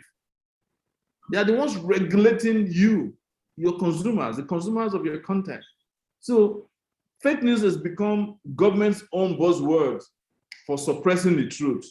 So all they need to do is to say it is fake news. How can somebody like Lai Mohammed determine fake news when all he lives for is fake news? All he tells is fake news. Even his life, how can you be listening to such a person? Not to say, and I'll conclude there, that these things don't exist, but there's a difference between deliberate, fake news content production or mistakes. occasionally, when you are dishing out over 40 stories a day, there's the possibility that you can misspell names. You may not get dates wrong, right? Or documents, or photos that are used as illustration may not be exactly. Those ones are well known and it's industry standard issue. It has nothing to do with just fake news. But to just call every story you disagree with fake is not the same thing as problem of fake news. And we need to be very careful about that. Thank you. So as at 31st of August this year, we had 84 million plus registered voters in the country. You contested in the last election, and you had 33,953 votes. What is the strategy that you have if you intend to run again in 2023, assuming you were running again in 2023? What strategy do you have to get the 2/3 majority or a good number of votes that pushes closer to that goal of being the president of the country? The strategy is not to walk blindly into another alley of deceit. There was no election, and I said categorically to people that if getting votes counted and proper results released is what is called election, that process did not happen in 2019. Anybody who claims that an election happened in 2019 is not being honest. So the number that was allocated to me is not what I got in that election. If the election, a proper election had happened, in which myself, Kisimogalu, and other young candidates are allowed to debate Buhari and Atiku on the same platform, there's no way Nigerians will vote for them. It's not possible. That's just number one. The second aspect of it is what we did. I cannot speak for the other young candidates, but I can speak for myself. Traveling energetically to 34 states, bringing about a manifesto that they are even shamelessly stealing from, about how to revive the economy, security, health, agriculture, technology, how an economy can work, how to fight corruption, is how to create an inclusive country. There's nobody that could come near us in terms of those ideas. Are you telling me that Nigerians would not want to vote for me over Atiku and Buhari, except if the qualification to become president is if you have arthritis? You understand? You can't stand on your own. That's the only way those guys could have defeated me in an election. So there was no election. They have INEC there. INEC is a political party itself. It's not a neutral electoral body. And to now respect or be alluding to the fake results that they collated and allocated to Buhari and gave some to Atiku as legitimate election is something that I reject. So what will be my strategy is a strategy of revolution now, that we must clean the space before we go for another election. If you go into another election, you're just going to become part of the statistics if you haven't dealt with the quality of people who are also going to run the electoral process, the quality of the constitution that is going to guide the entire process, the quality of the Nigerian judiciary that can adjudicate if there are disputes from elections, the quality of men and women that should even be allowed to contest for election. Look at the number of people in the National Assembly who don't even have certificates that are recommended by the Constitution before they can contest. And there's nothing done about it. So that's just a small example of this. But so many of them don't even know the constituencies they are represented. They have never been there before. They have not been there to contest for election. They didn't win party primaries. So at every level, everything is wrong with the political process. And that's why we're advocating for a total overhaul. That's why we're calling for a revolution regarding these issues, so that you don't end up again in 2023 asking me the same question. Now, how come you only had 45,000 votes? With this INEC, I don't even think we can have a chance to withstand the chance at all, because the body has no credibility. It doesn't have the ability to deliver on the promises and expectations of a democratic nation or democratic elections. Thank you. I know that Ibiroke has not been able to join us, but there's just one part of the question that she had that we thought was important, which is about inclusion. I've watched some of your the campaigns videos, and I kind of see it's a lot of boys, like a boys club, a lot of men there. And I know that elections are tough and you go from place to place, but what's your intentional plan to be inclusive of women? I mean, knowing that we are about half the population in the shifts that you propose.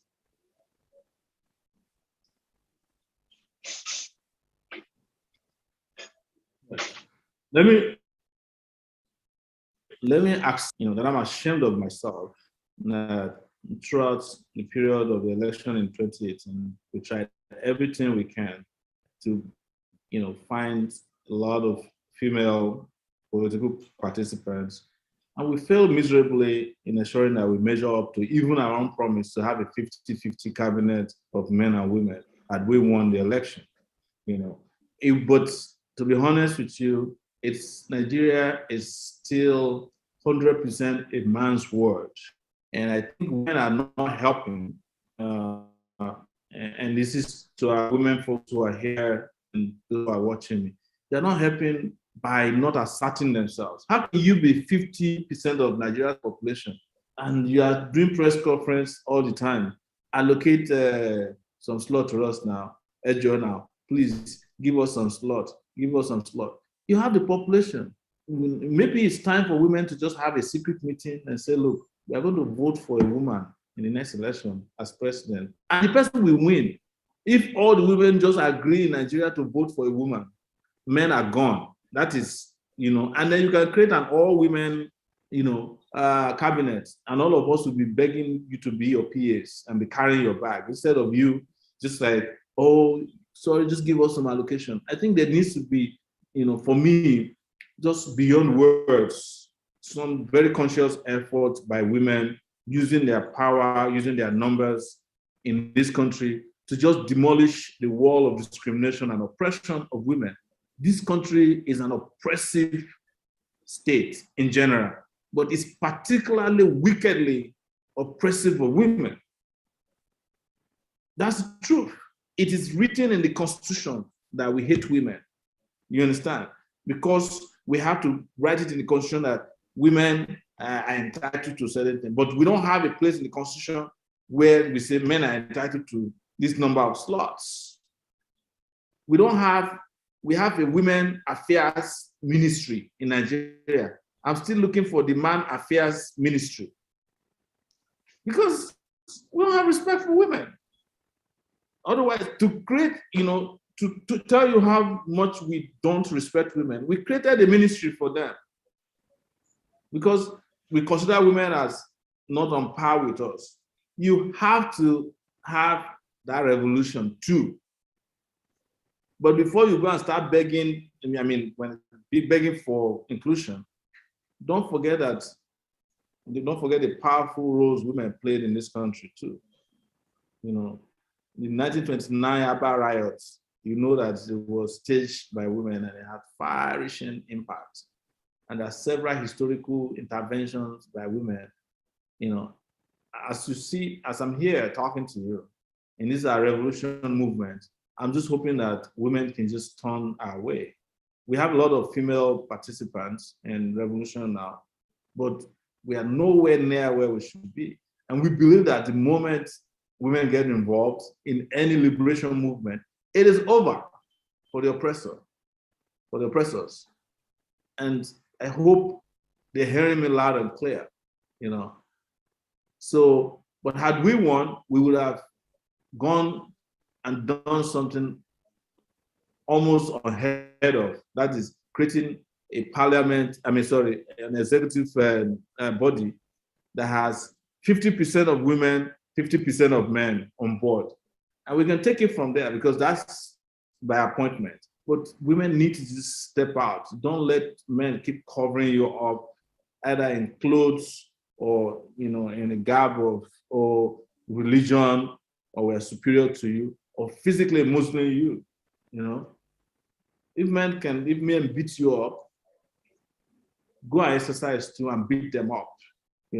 This is enough. The abuse, the oppression and suppression of women, in my view, has gotten to a level that we should just be ashamed of even being called men, because, it's just sad what I see in this country, how we treat the rights of women. But we are not supposed to be saying, oh, we give you your rights. You are supposed to take it too, because you have the numbers. How can you be 50% in the country and you are registered voters and you keep voting for failed men? Is it not possible that you have women who are better than all these, failed characters running the country? I'm sure there are. So it is time for women to just rise. It's time for a women revolution too in the country. And I'm looking forward to it. And I'll join you if you lead. If you don't lead, join me. Let's work together. Thank you. Finally, for me, when you're not calling for a revolution, protesting or calling out government, for one reason or the other, what do you like to do? What do these things say about what you value the most? Oh, the other things I like to do are things that, would have mattered in a country, in a society that would encompass all the great things that a revolution would bring about. My idea of, or our idea of a revolution, because I happen to have lived, of course, outside of the shores of Nigeria, and I used to do other things. I used to love running, for instance. But for you to even wake up and run in Nigeria, you have to understand that there are no sidewalks. But there are sidewalks and bicycles and runners can use and walkers can use in Ghana, Accra here. Just things that you can do, simple things you can do. But you know what I would have loved to do had this not been my country? This Nigeria hadn't taken a lot of my time just fighting all the time. I would just love to be a teacher, which was what my dad was. And I spent 10 years as a university teacher in the US, just teaching post-colonial Africa history. I'd have loved to be like Professor Twain Falala, writing books, and just reading and doing a lot of physical exercises, swimming, and I should say something too, which is just to brag a bit, because I rarely get a chance to do this. Is that I'm an entrepreneur too, not the capitalistic, mad entrepreneurship, but I actually created a product that is thriving in the market, in the market of ideas. The platform Sahara Reporters was created by my person. So, and if I was lucky to be in a country where things work, probably that's also a big deal, right? To have a thriving media business that is innovative, creative, and competitive, it's a big deal. Like I could be sitting just expanding these platforms and creating products and content that could drive it to reach more people and to impact more lives. But here I am with all of this master's degree, living in the diaspora for 20 years. I'm back to going to prison every week, getting my nose broken, getting shot at by police, and getting my brother killed, just casual like that. That's tough. Thank you. Thank you so much. Thank you so much. Ms. Motunrayo Alaka, we are very, very grateful. Thank you. Well, September 19, we'll be bringing Professor Molefi Ashanti, the preeminent figure in the study of Afrocentricity. And then in October, we have 3 people, Deli Mamadou, who also like you ran, I think. We have the Alafin for you, who is coming, the second king we're inviting. And then we're talking about survival of languages, bringing Musa Adebayo. Thank you very much. People usually say, now is the audience part. Just indicate by raising your hand if you want to make a comment or ask questions. The way this works is the video of our guest has disappeared. Hopefully it will come back shortly. We normally will take 2 questions that were sent to us because these questions are so many and we don't have time to take them. And when we have many people who want to talk, sometimes we appeal to them that we cannot take all of them. Let's wait for the video of Mr. Sowore to be back because I think he's having some challenges there. Can you hear us, Mr. Sowore? I can hear you, sir. The video is I can hear you loud and clear. Video is back. So, Shegun Olopade, tell me when you are ready. Back.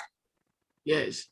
Tell me when you are ready to take questions that were sent to us. Meanwhile, let me call. My video is back. Yes, I can see you. Goke Odujole. If I don't pronounce your name very well, you have to forgive me. Mr. Goke Odujole. You have to unmute yourself, please. Okay, I just unmuted. Thank you very much, Professor Falola.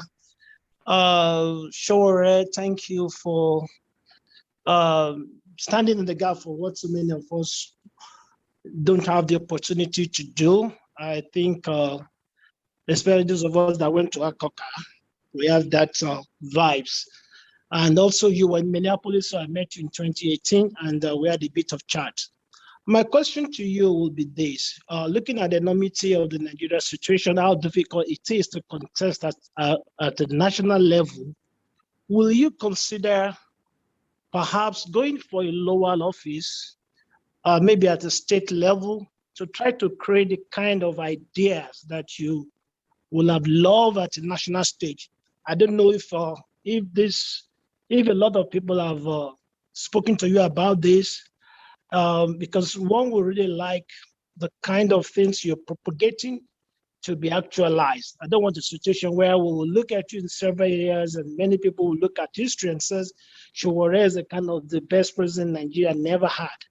Is there a way for you to which you think of going a little bit lower level to state level, bring up the good ideas to which people can see you at more on the national stage and embrace those things you stand for and want Nigerians to experience?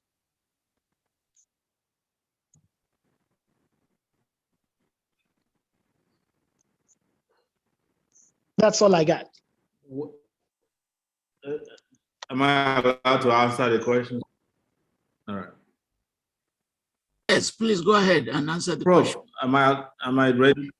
Yes, go ahead. Yes. All right. Thank you so much.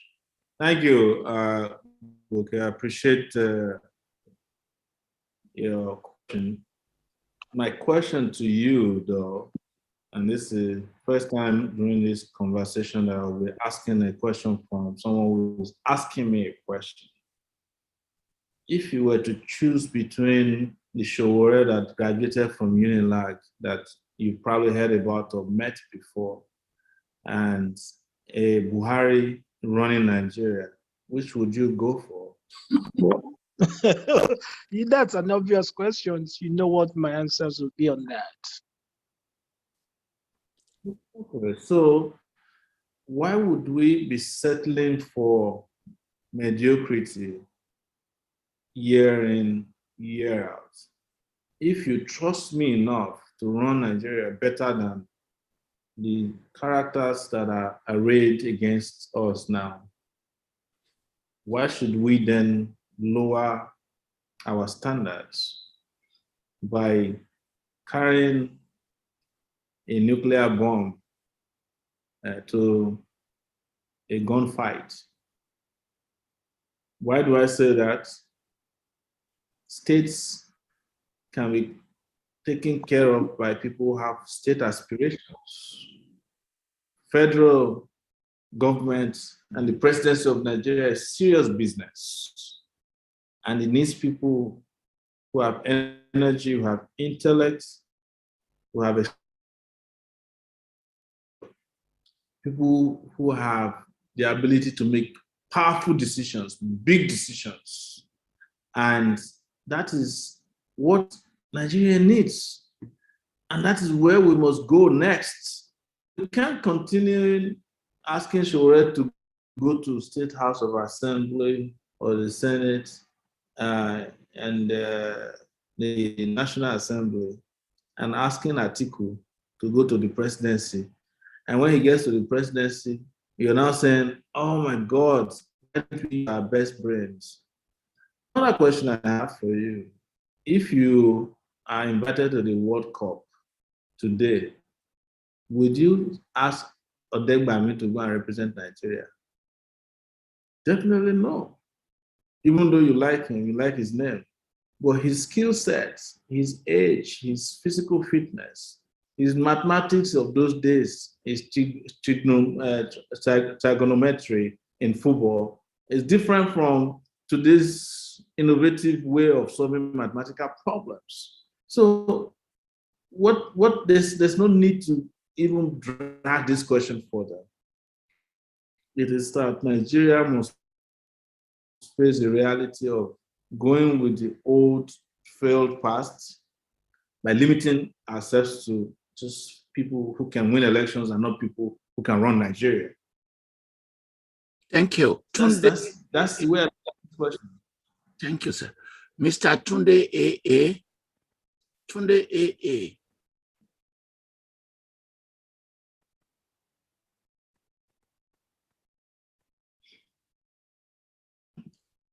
Unmute yourself, please. Tunde A.A. He's talking, but we can't hear him. Maybe he's not been unmuted by your tech. A.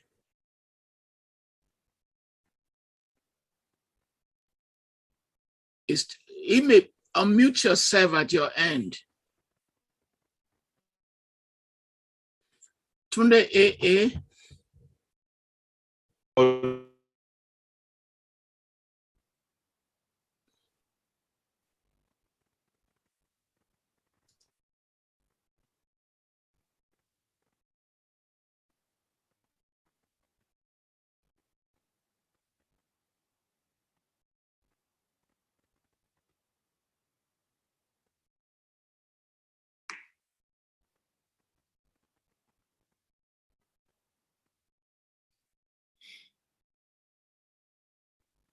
I've completely lost a sense of lost contact. I'm not hearing anything, guys. If you can hear me, let me know. I'm not hearing anybody.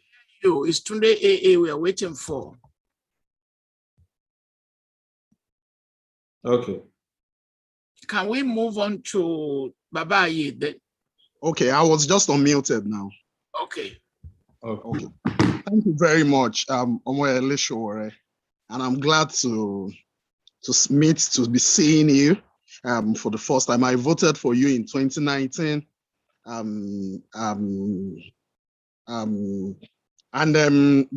voted for you in 2019 because I've actually been reading up so many things you've been saying in the past. I knew your position on electronic media, on print media. I knew your position, on cryptocurrency currently.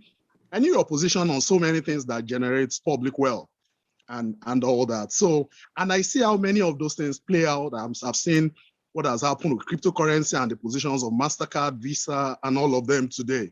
So follow you specifically because of those progresses. I mean, it's very important for me for someone to say something 3 years ago, and then you see those things being, executed by multinationals, big companies of the world. That's very, very important to me. Now, my questions I'm going to ask you, number one, is that, Sowore, the people that take over after a revolution, they are more important than the revolution. There was a revolution. We can say what happened in South Africa, in Rwanda, our revolutions. What happened in Libya and Egypt, our revolutions. But Libya had a revolution, and what you have in that country today is something else. Rwanda had something close to a revolution in '94, and the country is better off for it. Now, when you have what we had in 1999, and then the emergence of the democratic dispensation was closest to a revolution.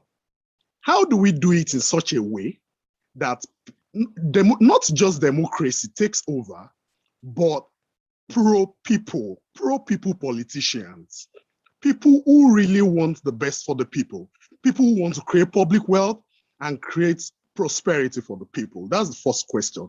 The second question I'm going to be talking about is that when elections are coming very close, Sowore, many times people keep quiet.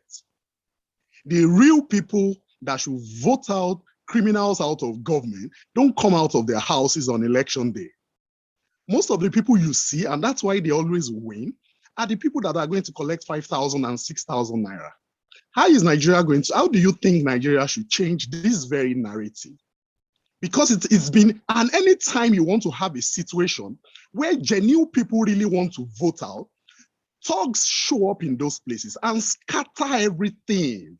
It still happened in 2019, when genuine people that really should vote out crooks show up at the election ballot point, they end up getting pushed out by thugs. How do we fix this? In some states, like we saw in maybe like Edo State and things like that, people stayed on their votes overnight. They refused to go home. They wanted those votes to be counted in their presence, and they made sure that it was done. How do we end up fixing this narrative in such a way that we can have a better country for ourselves? Thank you very much. Thank you, Mr. Tunde. We're very grateful. Let me take that as a comment to save some time. It's a good comment. We're very grateful. Baba Aye, please move forward, please. Baba Aye.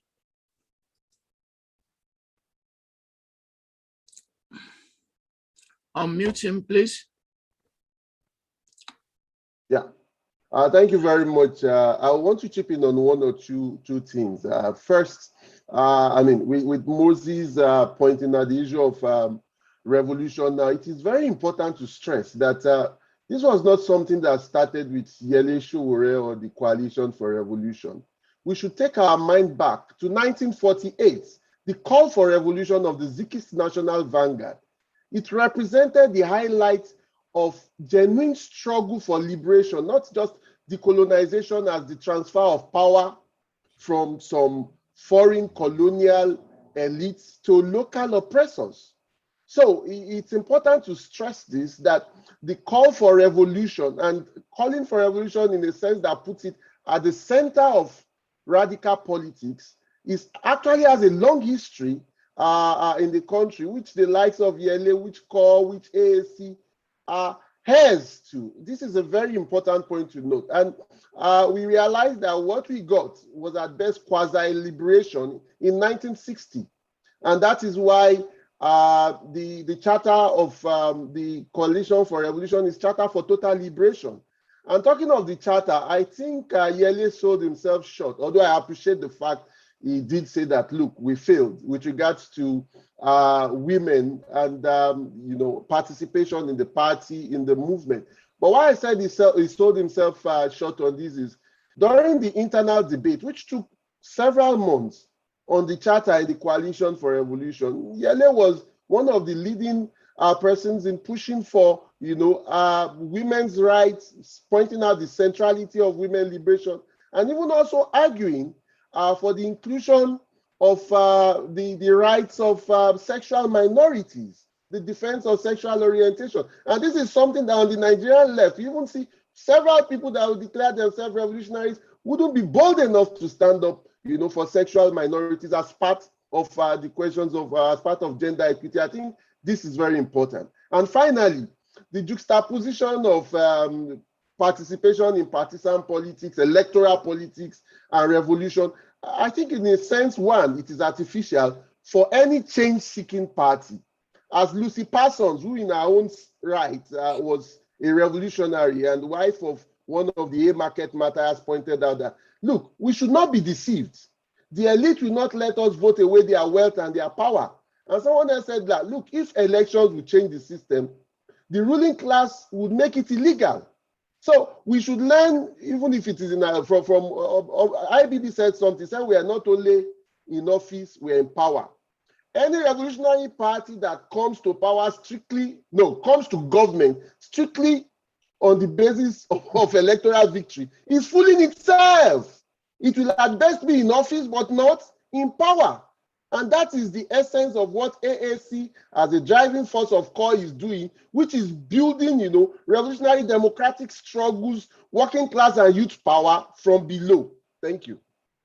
Let's take that as a comment and move on to Adegbayi. Adegbayi, please. Adegbayi. Adegbayi, are you there?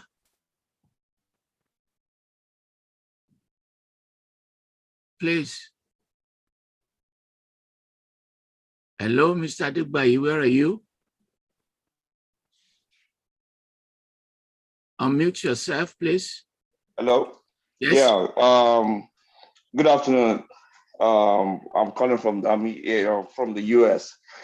I think the last speaker just spoke exactly what I was about to say. If you are a revolutionary and you want to play partisan politics as it is in Nigeria, it's like you are doing the same thing that Babangida, Salami did. You want to Maradona everybody. And also, I would also like to say that revolutionary, as you define it, is similar to what every other people, like those who are clamoring for self-determination and all of them, are saying. Yes, indeed. But the difference between them and you is they are saying they want to boycott partisan politics as it is in the same faulty constitution. You were saying something that the constitution that we are using is fraudulent and everything, but you want to participate in the same political process defined by that faulty constitution. It means that you are not being honest to yourself. Okay, Mr. Sorry, you got me as a comment as well. To answer this question, we will not treat this as a comment, we'll treat it as a major question. Okay. Mr. Sowore, this is a serious question. Yeah, I don't think there's anything I've said tonight and anything I've done since the end of 2019 or our party, our movement have done that is not in alignment with what Mr. Adegbayi is saying. It's the same position we're maintaining, that we're not comfortable with going forward with another election under a faulty constitution. I was the first candidate, probably the only candidate in 2019 that said the 1999 constitution was fraudulent. I didn't mince words. I was the first candidate, and probably the only candidate, that called for the abolition of bicameral legislative system. In fact, you could hear it everywhere. Me being quoted that I said the Senate has become the house of thieves, the Nigerian Senate, and that we don't need more than a unicameral legislative system. There are several other ideas and pronouncements I made that is in tandem with what our brother is saying. I am not disagreeing with you. And there's my submission, probably which you got wrongly, is that I want to be part of the system going forward. I said I don't want to be part of the statistics of election again, except the system is totally upturned.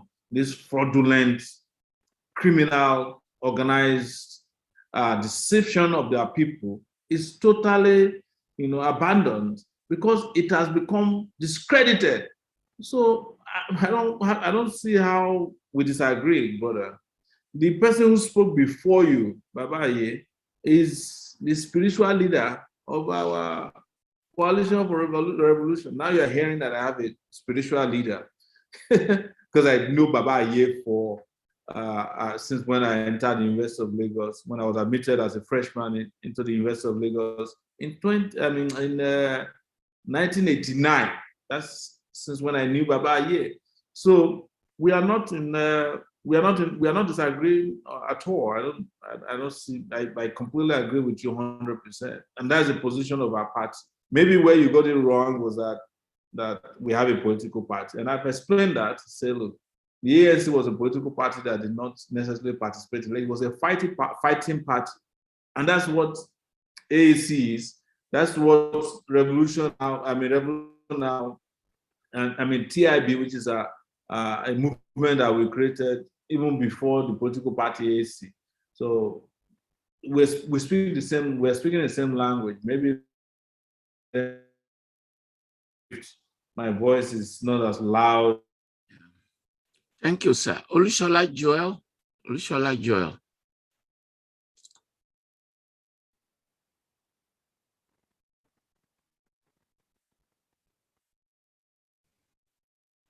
Thank you, Chairman.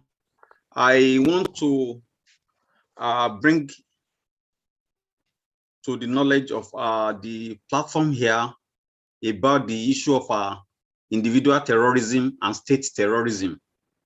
In the light of what we have witnessed in Nigeria, terrorism by the states is just the same thing.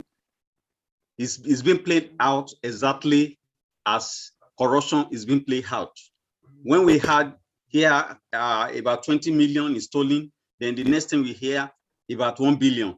If you recall, starting from the assassination of Delegiwa, there has not been any time, that, hello? Yeah, there has not been any conclusive investigative reports, that really bring people down to justice.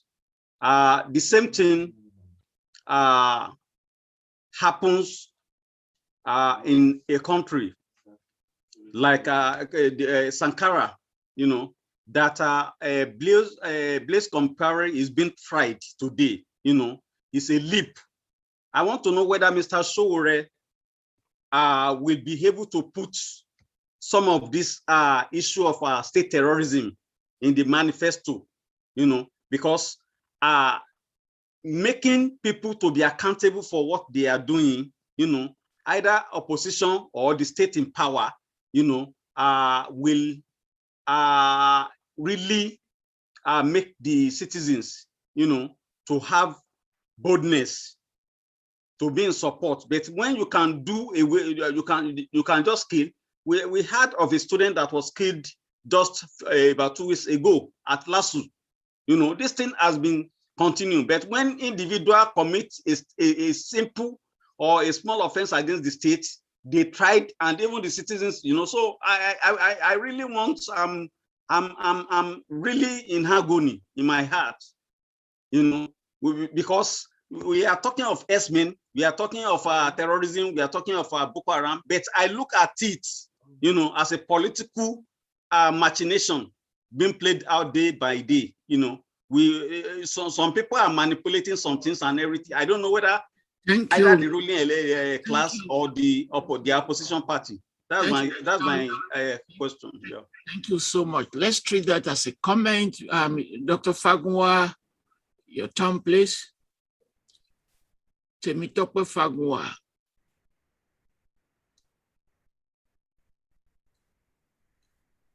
Temitope Fagunwa. Yes, Prof. Can I be heard? Yes, please go ahead. Apologies, Prof. I won't be able to turn on my video because of the network. Prof, firstly, want to thank you for this consistency, and I also want to send solidarity greetings to Comrade Sowore, and also to send our condolences over the loss of our brother, Brother Olajide. Comrade, I quickly want to use this opportunity to say that the discussion so far, have been extremely interesting, and I think that it should be a challenge to the vast majority of our people that are online, that are in attendance, because more often than not, as some of the questions have been put across, by the way, this is just a comment, around, some of the questions that have been attended to seems to suggest that can radically, single-handedly, transform this country. I've had comments such as, continue the struggle, we are supporting you, we are at your back, and all of that.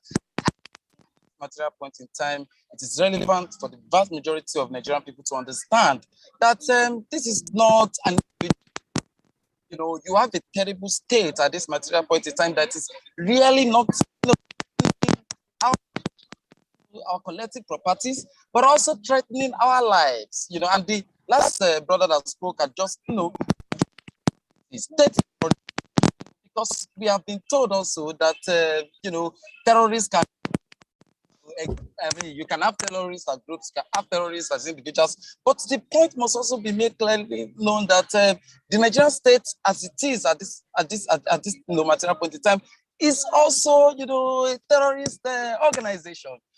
Because we are talking about a government, that currently came up with, they came up with that we'll be spending 92%, of our budget, to service this country. So what else can we really understand, from all of this analysis of the fact that this government, this state is threatening. We must understand that that perspective from the point of view of what needed to be done. And I want to, on a concluding note, state that the question around revolution is extremely important. And I think there is a necessity for us to bring more clarity into it.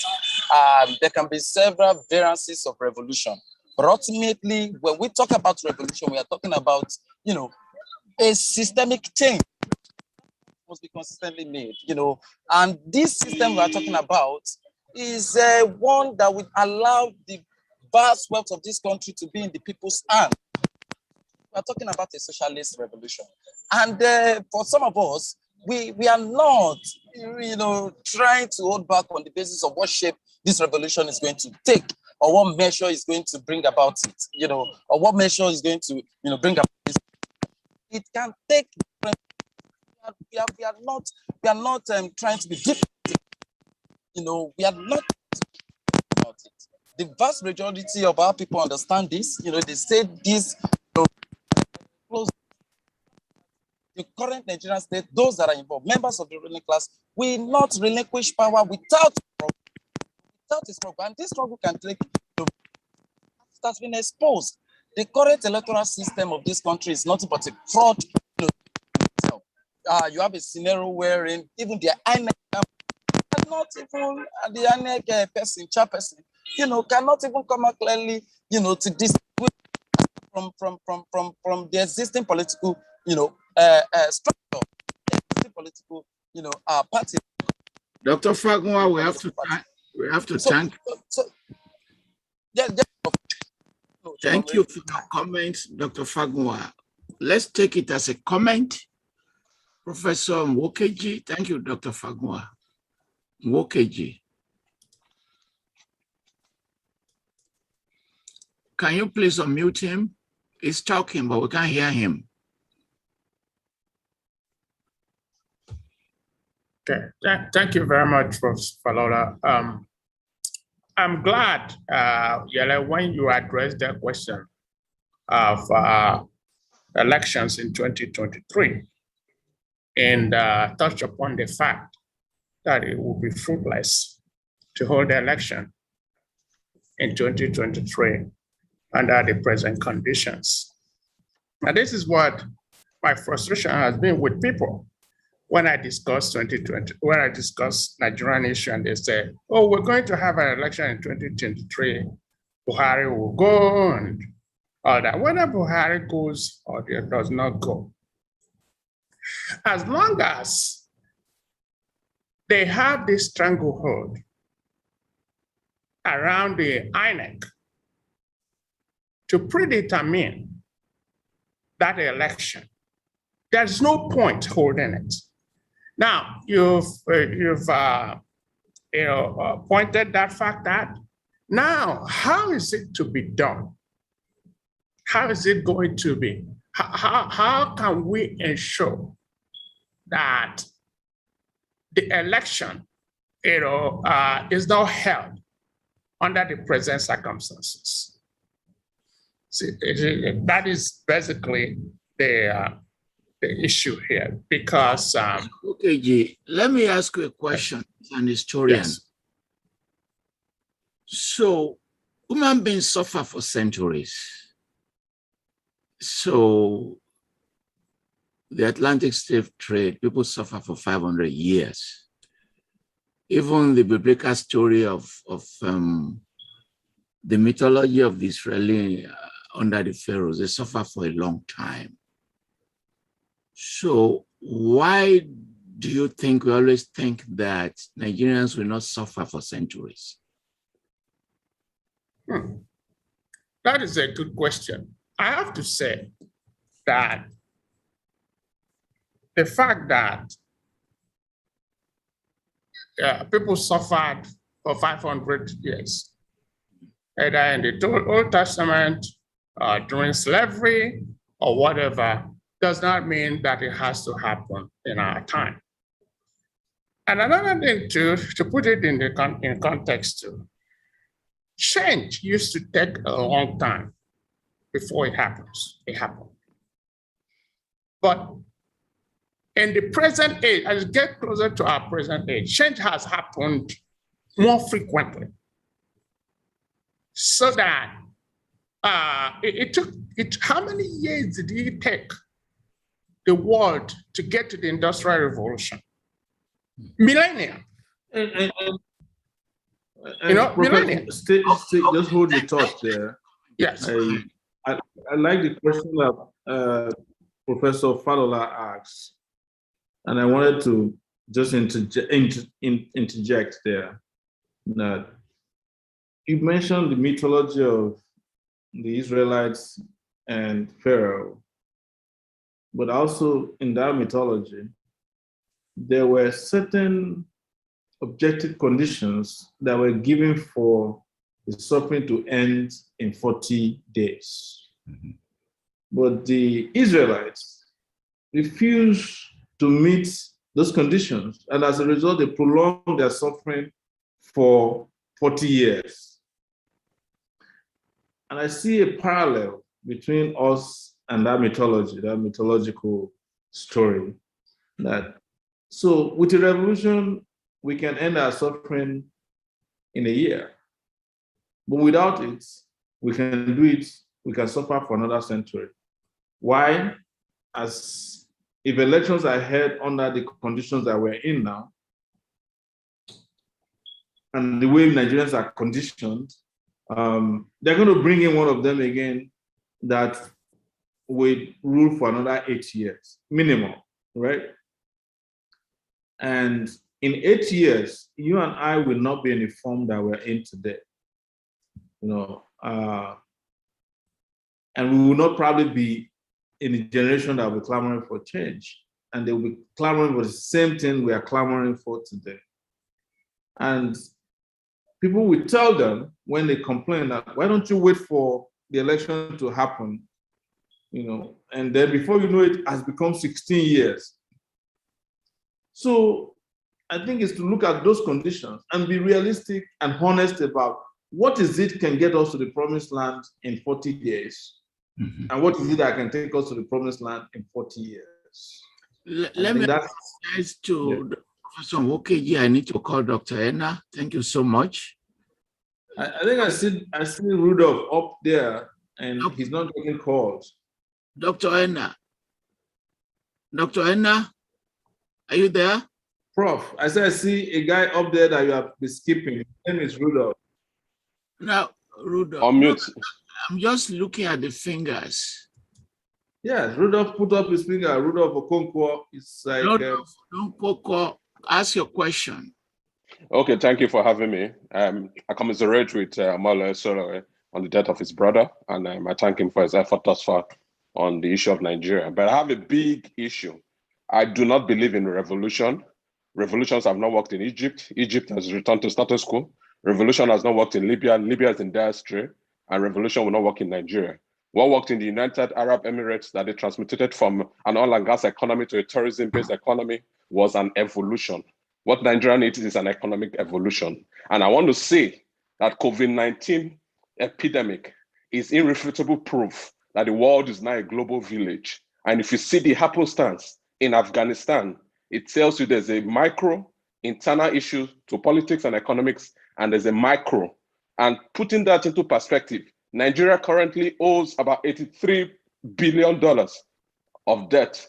Of this, about $33 billion is to external funders, big nations like China, and locally about 50 billion. The discourse should not be on power. Even if Omoyele Sowore becomes president today, he does not have the capacity to pay Nigerians' debt ab initio. And he will need to still go back to the table to discuss with these macro lenders. So the big question I have to Omoyele Sowore today is, one, Nigeria owes $83 billion. How are you going to pay this? Two, I do not believe in revolution. It can never work because United Arab Emirates, the GDP per capita of United Arab Emirates is about $43,000. The GDP per capita of Norway is about $75,000. The GDP per capita of Nigeria is about $2,300. These countries I've mentioned with a good economy, none of them gone through a revolution. And what am I substantiating this with? Section 14, subsection 2B of Nigeria's 99 Constitution says, the security and the welfare of the people shall be the primary concern of government. You can only achieve this with economic prosperity. So, one, APC can be defeated like APC defeated PDP, because there's a maxim in the United States which says, oppositions do not win elections, incumbents lose. One, we should let Buhari complete his tenure because the Constitution says it's a single term for 4 years. So I say no to revolution. But I say yes to an economic evolution. Omoyele Sowore, thank you for your efforts. How would you pay Nigerians' debt? One, that's the big question to you this day. Then two, if you say pro-people, I am not pro-people. I am pro-investment. Nigeria is not a socialist economy. Dangote is the richest man in Nigeria today. He's a capitalist. So Nigeria is a capitalist economy. So hinge upon that. What is your pro-investment proposal for Nigeria? Thank you. Let's take those as questions. Yes. You are starting from a premise that I have fundamental disagreement with. You are putting a constitution that was made by military opposers. It's not legitimate. Let's start from there. Our problem is not payments of our loans. It is about people who borrowed the money and what they did with it in the first place. Countries that are doing well do not ask for our kind of revolution. It is countries that have tyrannical leaders, who have oppressive leaders, who have corrupt leaders, who have people who have disregard for technology, progress, innovation, even enterprises that needs revolution. Nigeria cannot evolve. It cannot evolve out of a cul-de-sac. You are asking for movement in a country that is perpetually in a state of motion.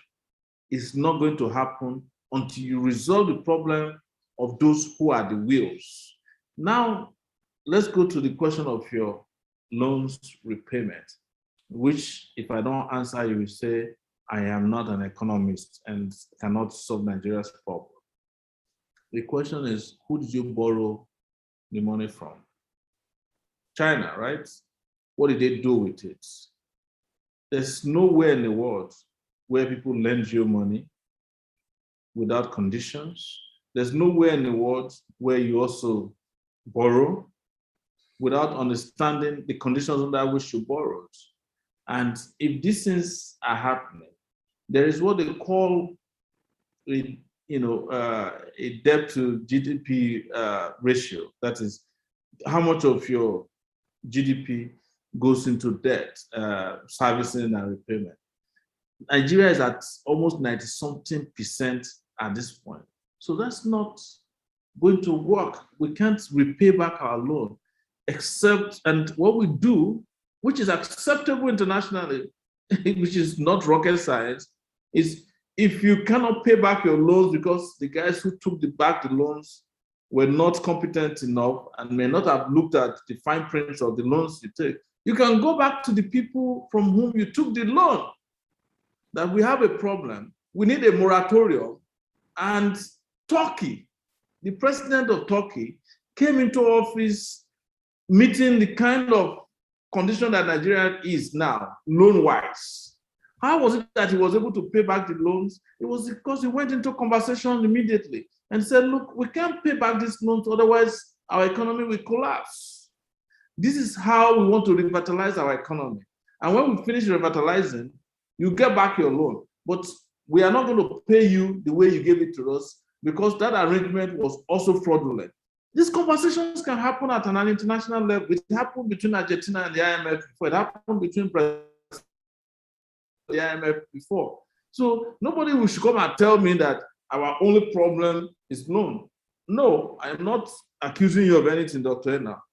But I'm just saying that you can't lump the legality of Nigerian constitution. You can't lump the issues and features that is keeping Nigeria the way it is now, almost collapsing, together with how Nigeria is not pro-people. And that, Dangote became a billionaire because he made investment. Where did he make the investments? Which investment are you talking about? Dangote that built a refinery that is going to collapse his company and got Nigeria, the Nigerian government, the people's money. You are not pro-people, but when your refinery business is collapsing, you want the people's money, $2.5 billion invested into Dangote's failing refinery. But you don't want to invest $2.5 billion into education because you are not pro-people. You don't have a problem giving people's money for individuals to become billionaires and be riding jets, but you have a problem with having pro-people policies that will create people who can build Nigeria out of poverty in the future by investment in education, in health. All these countries we are talking about where I've lived in the last 20 years, in the US in particular, they don't tell you that they are not pro-people, they are pro-investment. This is like, I just see your strategy as talking about Sowore, can I come on? No, please. What I normally do after the interview, I link the two of you together and you can continue the conversation. I have an important point on ANC. ANC defeated apartheid. Jacob Zuma is in prison. Okay. Nigerians supported ANC and we became the victims of xenophobic attacks. Omoyele Sowore, Julius Malema was the youth leader of ANC. It was pathetic. It was patriotic of South Africa. As I speak to you, he has created his own party called EFF, Economic Freedom Fighters. Omoyele Sowore, I put it to you this day on this platform.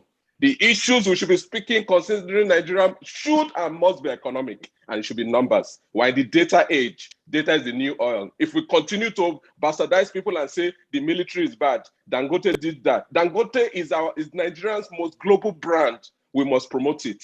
The military was bad, we pushed them out. Nadeco was bad. Nadeco was bad. Asiwaju Tinubu was a Nadeco member. Today is bad. The politicians are bad. We can't keep replacing people. Let's build the economy. Once we build the economy, Nigerians will be rich. Once we build the economy, Nigeria will become like Norway. Let's not let's not monopolize conversation here. But when you are making these comparisons, I don't want you to run away with the opportunity to confuse people. No. You see, I'm glad you mentioned South Africa sending Zuma to jail. When are we sending Jonathan to jail for committing the same amount of crime or even more than what Zuma did? We are talking about Malema, creating a party. Malema can insult Zuma. You saw it in the parliament. Insult the president of South Africa at the parliament. He can insult them on the pages of newspaper. He can get on any radio station, any TV station, including SABC, to insult the president. When I called for a revolution and just mentioned the name of Buhari on Arise TV, I was detained for 5 months, right? And I brought before a court for an offense insulting the president. There is no offense, there's no way South Africa will allow that to happen. So you are insulting the president will not put food. Insulting the president will not put food. Insulting the president will not put food. Insulting the president will not put food on the table of Nigeria. Black South Africans are suffering. ANC came into power and defeated apartheid. They've not improved the lot of the black man. I put it to you this day without. So which one do we believe of your position? You are jumping from South Africa is good. This guy is good. And then the next moment when we catch you, you jump into another place. Let me have a one-on-one instead of monopolizing. ANC was a failure. We need to think of how we put food on the table of Nigerians. Section 14, Section 2B says the security and the welfare of the people. How can we put food on your demarketing? If you demarket Dangote, who will buy Dangote? Our criminals. When we can't jail our criminals, we can't put criminals everywhere. Wait, calm down. Criminals in America. Yes, we can't put food on our table when the money made for food is invested in a fraudulent private refinery, $2.5 billion. You can't do that. Dangote is a global brand. You are demarketing Dangote. Sowore, Sahara Reporters is a global brand. I will not demarket Nigeria. I will not demarket Sahara Reporters. We are telling you that the food meant for the people is being diverted into private pockets. That's demarketing now. This propaganda cannot work, my brother. When we catch you on one, you jump to another one. What is the meaning of demarketing? You've made your point. Is Dangote equivalent to Nigeria? What is the meaning of demarketing Dangote? You've made your point. Thank you. Professor Tunji Olaopa. Professor Tunji Olaopa. Please unmute him.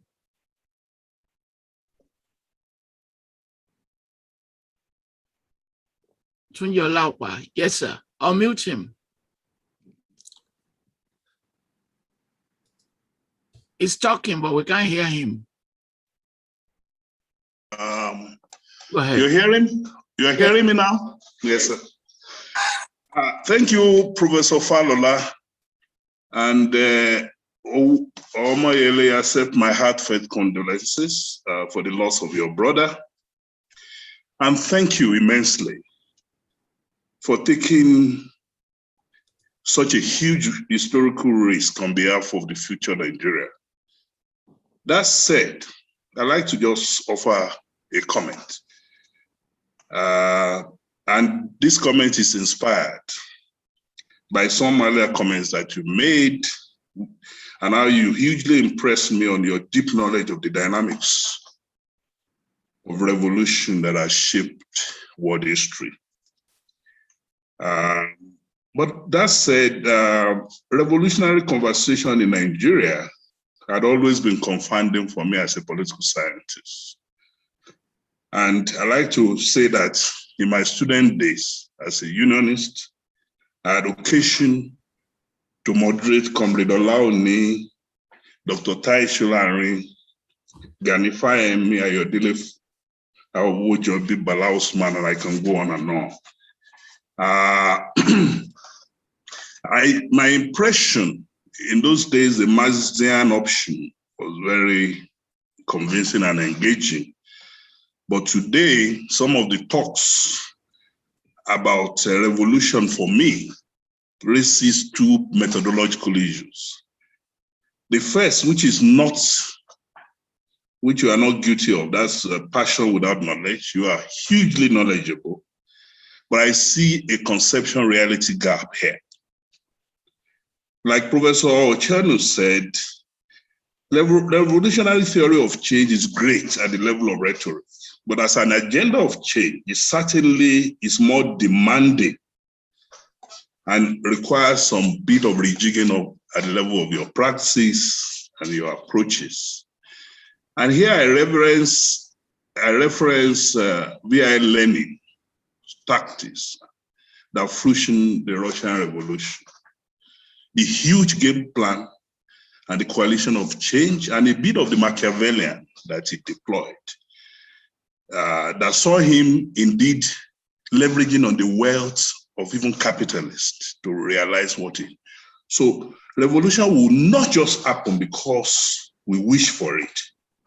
The opposition to revolution is too huge and powerful for a social media propelled conversation to shift the generality of Nigeria from being agnostic about this conversation. It requires game plan, it requires coalition. I'm impressed with the NSAS and the positive signals that it gives.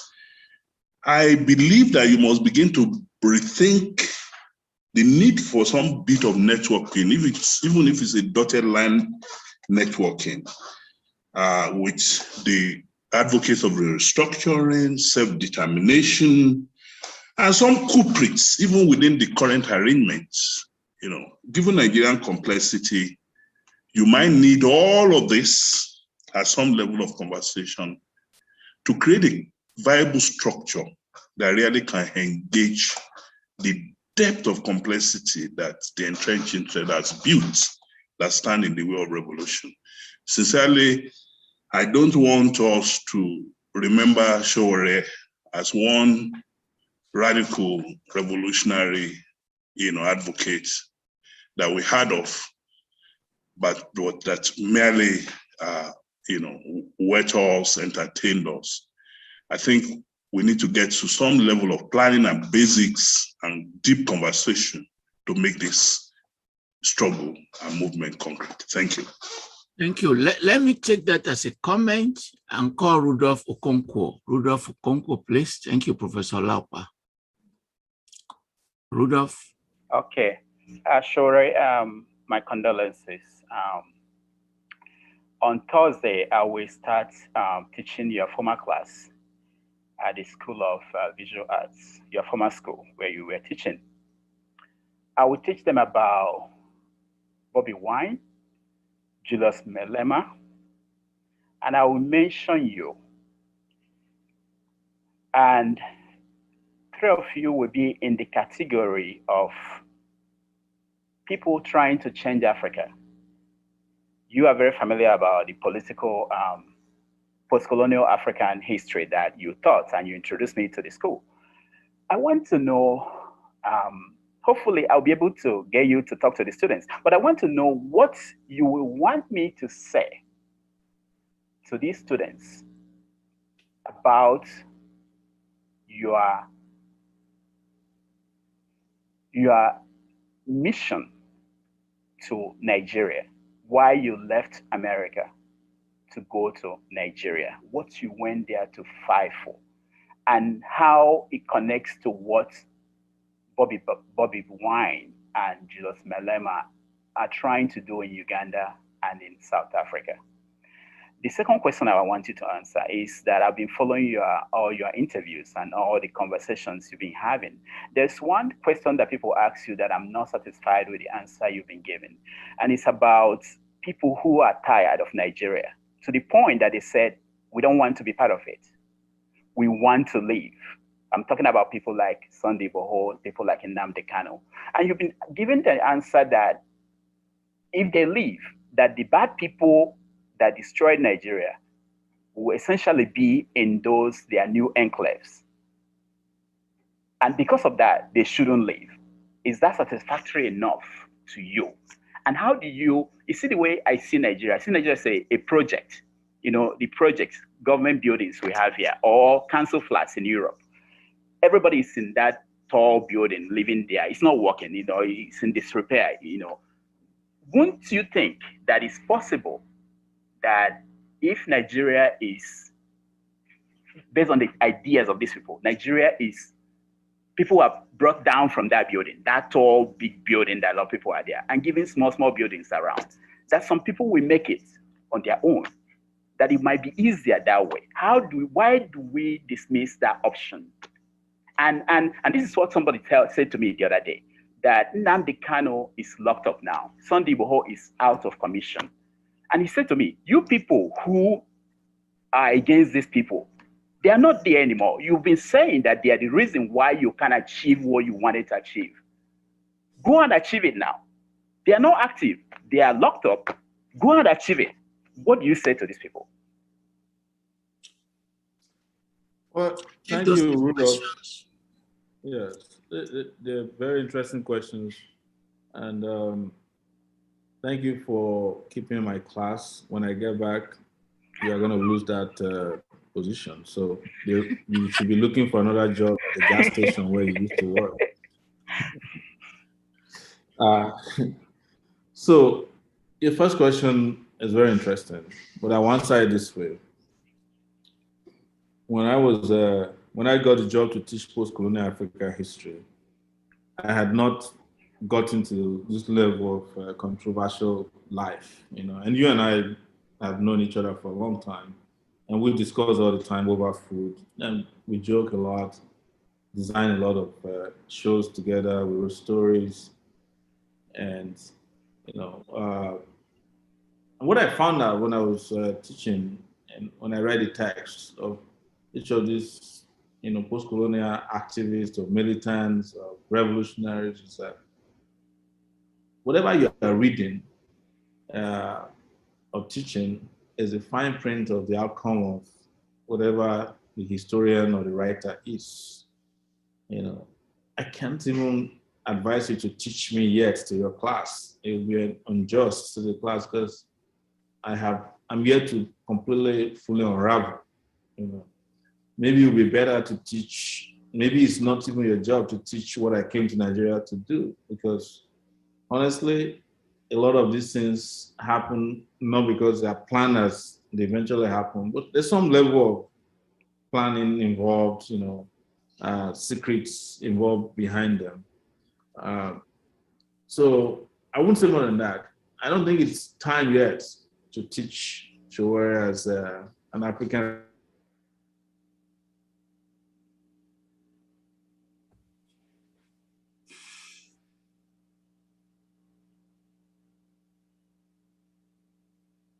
It's having some internet problems there.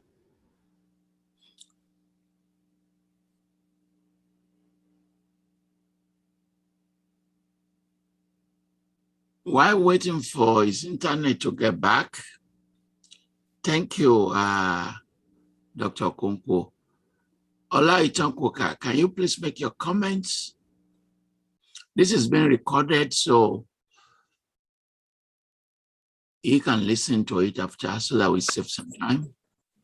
Ola Itankoka. Yes, good evening, Professor. Go ahead. Yes, please. My comment is, I want to first appreciate Mr. Sowore. I've been following him for quite a while. Right from when he was University of Lagos and all through his career, Sahara Reporters and everything. He's done a fantastic job. But what does he see about the real issue in Nigeria, which is the defective structure of the country? No matter what happens, if the structure of the country remains the way it is, nobody will be able to make any sense of it.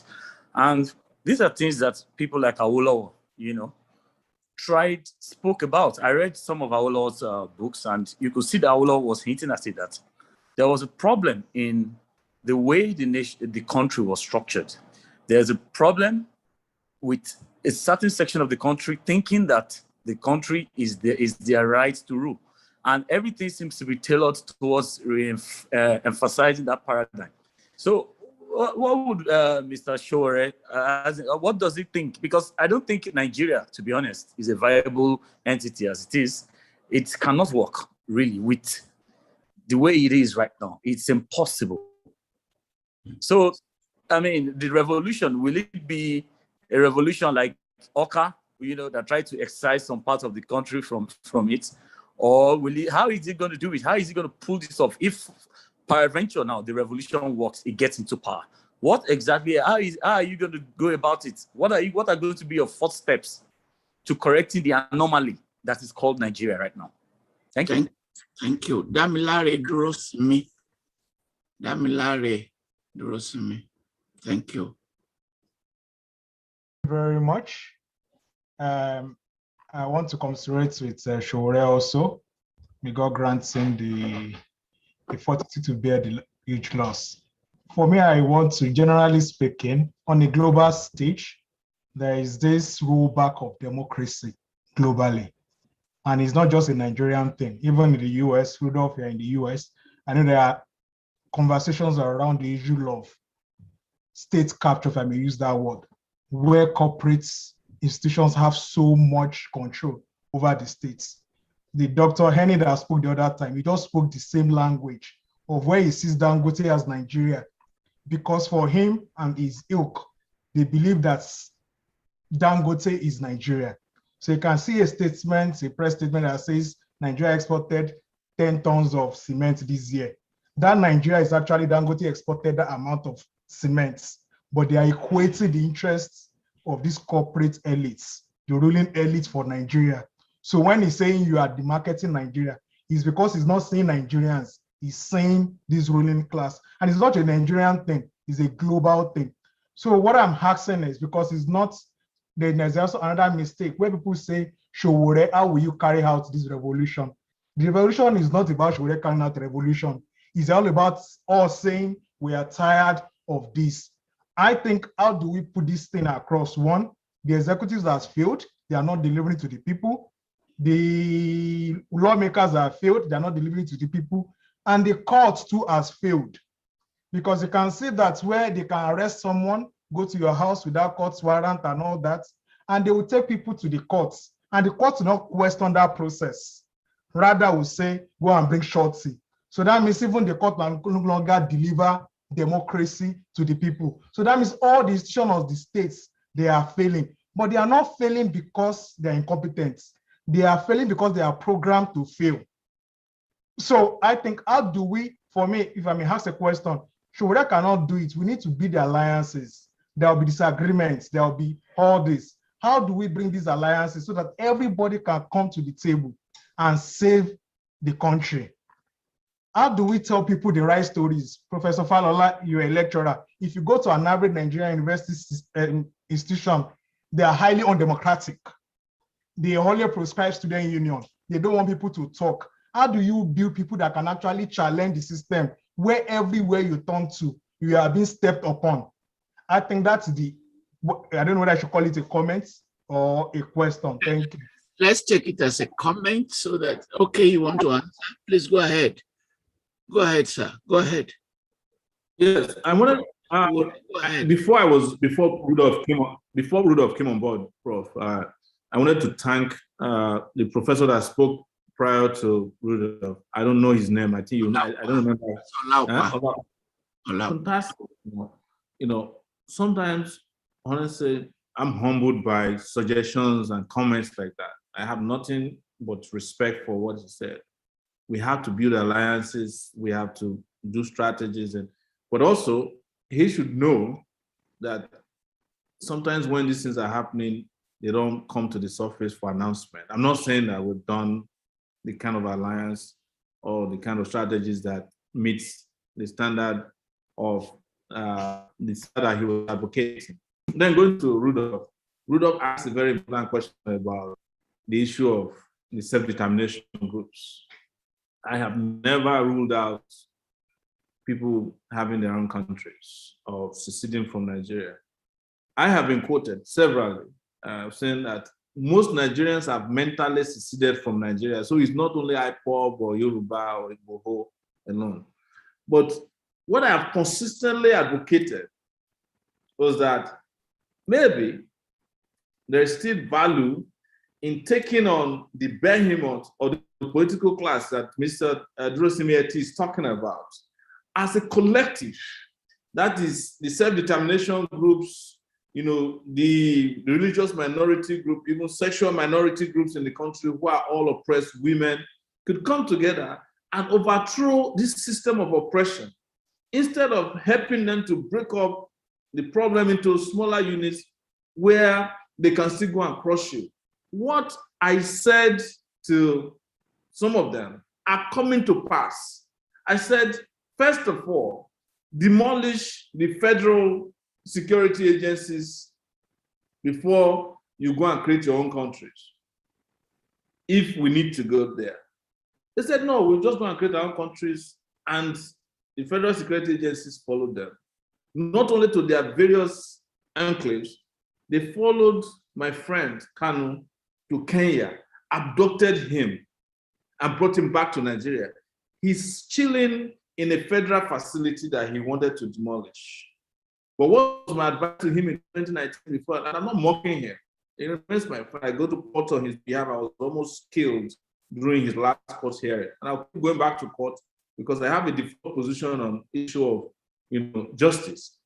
What happened to him? They brought him back to the same federal court, they brought him back to the same DSS court, they brought him back. Whereas if perhaps, peradventure, he had accepted the alliance or the stretching of hand that that I gave in 2019, and we had all worked together and taken down a DSS that's a behemoth that can go to anywhere in the world to go and abduct human beings and bring them here, and created a condition that is discussing at this point a new constitution, new election, a referendum, and including all these great things, items in the constitution.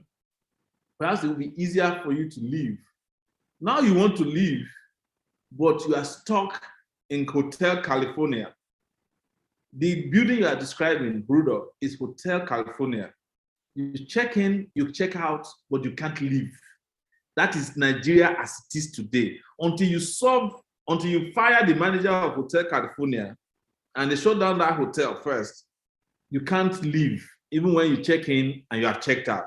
That's what Nigeria is.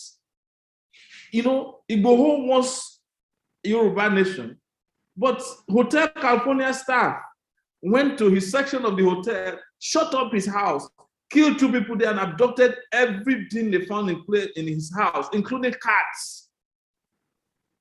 Do you understand what I'm saying? I'm saying, Sowore is saying, hey, sir, should we have done the first job of cleaning up the hotel, shutting it down first? I mean, firing the manager of the hotel, and then we can decide when we check out, when we leave, because we paid our bills. But Hotel California didn't let you leave. And ladies and gentlemen, I'm sorry, I'm using this analogy. It's a song, it's popular in the US. Hotel California, you check in, you check out, but you can't leave. That is what Nigeria is. And until you break the backbone of the management of Hotel California, sir, you are wasting your time.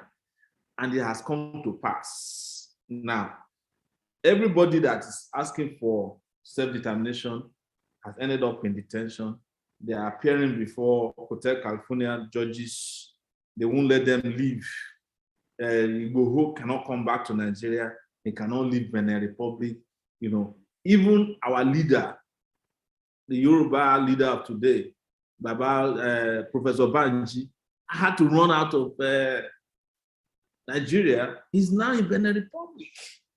So, but had we taken this next step, had we taken the step that I advocated in 2019 for a revolution, which would have been easy to do with the coming together of the Kanu, the Shiites, myself, and the Yoruba self-determination movement, calling for a revolution, by now, probably everybody would have been able to go home if they wanted. But I doubt that we'll be going home because this space also has economic value. And don't forget, Rudolph, I've discussed this with you before. that, which is my own little theory, it's not foolproof, that the way Nigeria is composed today, if Nigeria is divided into 6 regions, or there are countries around it, without addressing the inequalities that brought Nigeria to a historic state, every other enclave created from Nigeria will be overwhelmed by the poverty of the former Nigeria. In addition to the fact that you will also go to your new homes with rats, and they will eat up the foundation, the termites to your new nation. We also eat up the foundation maps. This is my own little theory. Because me, who used to be the father, I am now being asked to voluntarily strategy and conversations about how we can unite. How can we unite? How can you unite with Yorubas? But having issues with this emerging group in the north. Over these years are also fighting.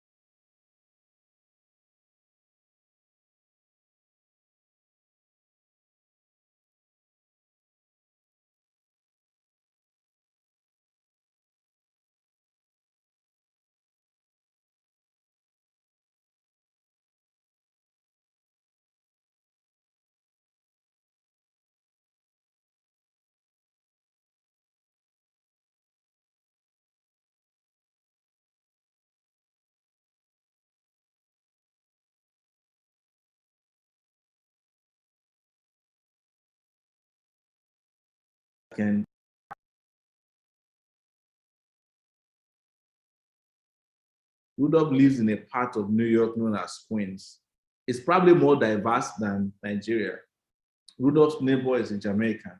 The person over there is a Spanish. How do you guys get along? I don't ask you, right? The reason is that you're living in that neighborhood. When your dirt is thrown on the outside, somebody come and carry it. Why would you be fighting yourself as to who has, a smelly garbage? When you walk, you get paid. Why don't you start asking for your republic in the Queens? Because there's a measure of social justice that meets your expectation as an immigrant. So, but Nigeria doesn't offer you that. Nigeria has completely failed you. So, and if it's a failed state, the operators of components of it, I don't know, but I won't that so many of the new states, I don't have a crystal ball regarding the future. What do we do? I'm saying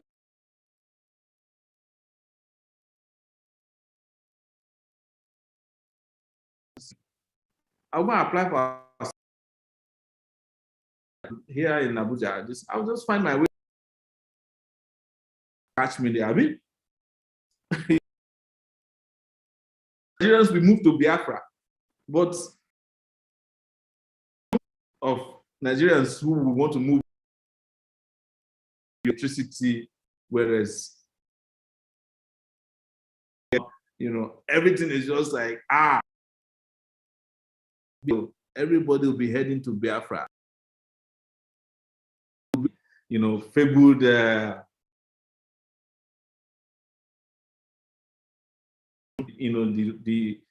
crippled, everybody was looking for gold. 99% don't see a dust of gold. Started because people just that's why I'm very, very critical acceptance of the theory that and prosperity. That's why. Ola, Kole Odutola, please.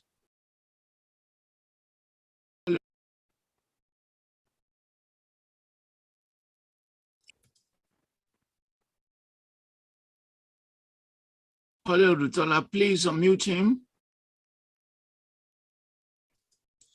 Thank you very much, sir, for the. Please, like everybody has said, our line and the condolences and deep sympathy. My question is very simple. The name Julius, what would it really be like if Baba Aye, the spiritual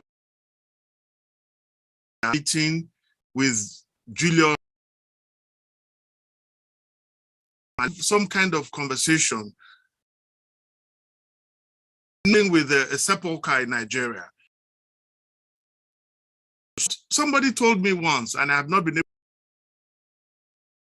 to chew gum. So I'm just one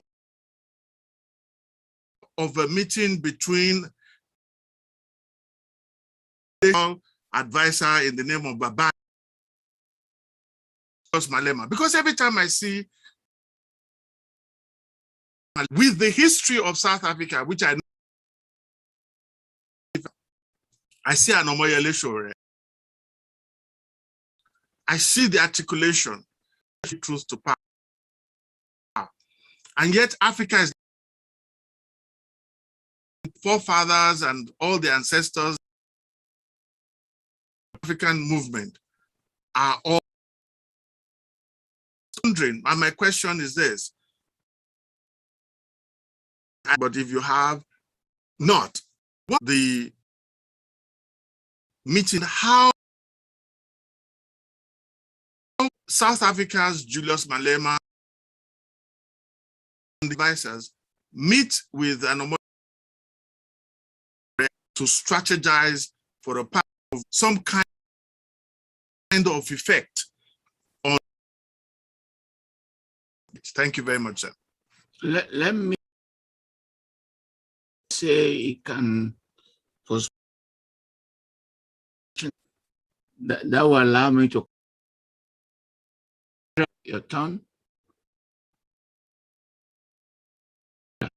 Please unmute Sandra.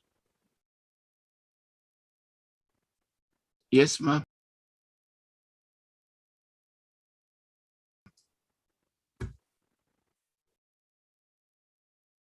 Can you unmute Sandra, please?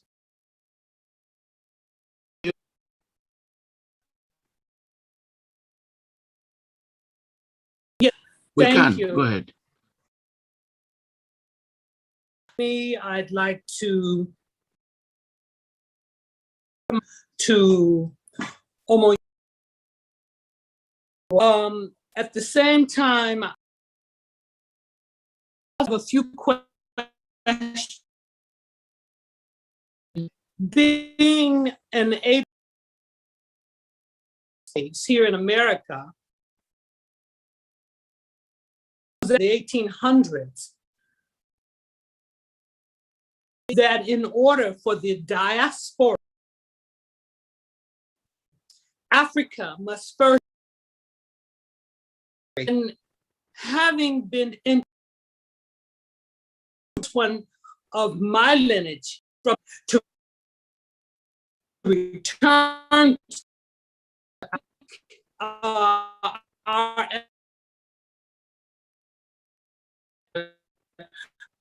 felony. My question to Omoyele Sowore, even Pan-Africanism, is it, or from my last trip,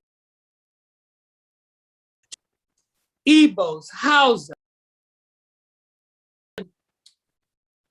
all of the ethnic groups in Nigeria as one people. Is the brother that spoke before me? Worry. Sit down. So, doc, and there's, I can't think of his name, because it comes together.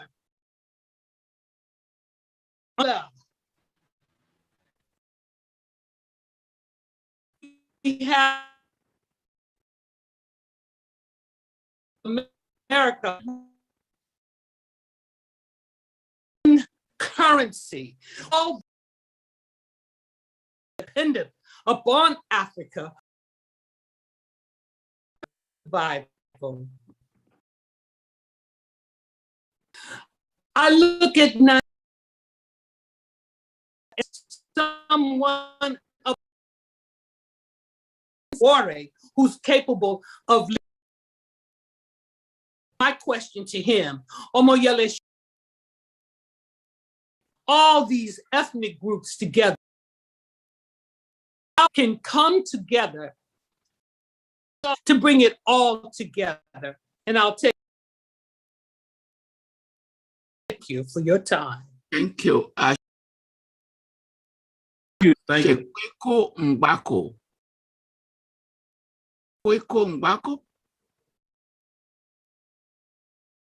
Can I just intervene quickly before next? Yeah, I just wanted to let you understand that the lady that just a popular Nigerian.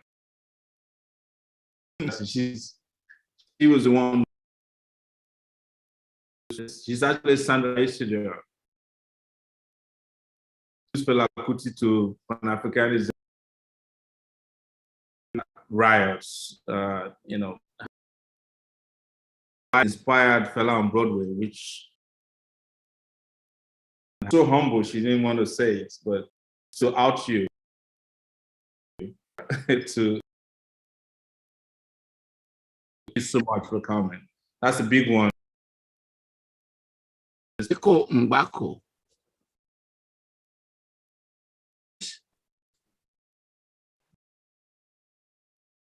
Go ahead. Can you hear me? Yes. Yes. I'm from the. Thank you for.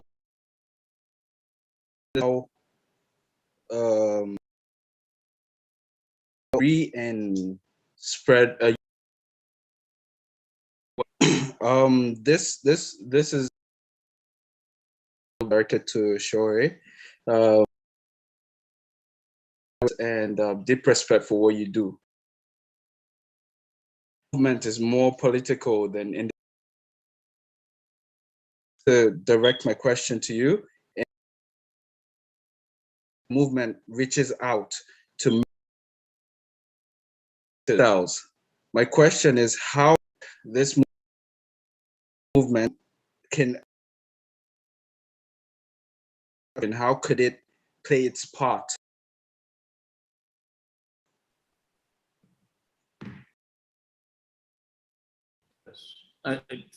Probably. I say I wait for you. Sentences, please. 2 sentences. Go ahead, please. This is kind of not. I can't. Can you hear me? No, I can hear you. Yes. Yes. Comments, You'll be very brief because we still have 16 people. Yeah. Bring me back to the 16 people because regarding burial arrangement. Go ahead. Yes. So okay. So the last how we can bring it to bear. I think it's a very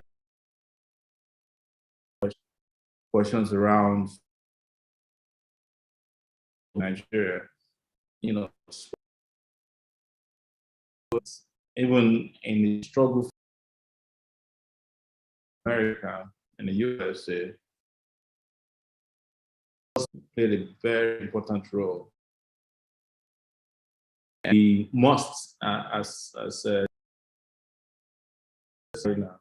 and use it as a mobilizer. We must also, so that our sports people are conscious. They should just not. A controversial video recently. A guy who walked into a group of representatives training somewhere in Austria. A country led by terrorists. But Nigerians were divided over go and harass all these young girls. He delivered a very important message that to use sports to fight our oppressors. He called some of these international events in line with the interests of the generality of I just want to align with you and I agree with you about bringing Africans together. Our party is a Pan-African movement. It's part of the reason why of secession. The African continent should be a country. But also our movement's opinion that one powerful force. I'll be glad to meet him when not only my level, to meet the African activists who are fighting the dictatorship of the world, because more like the Pan-African, the better for and the fight.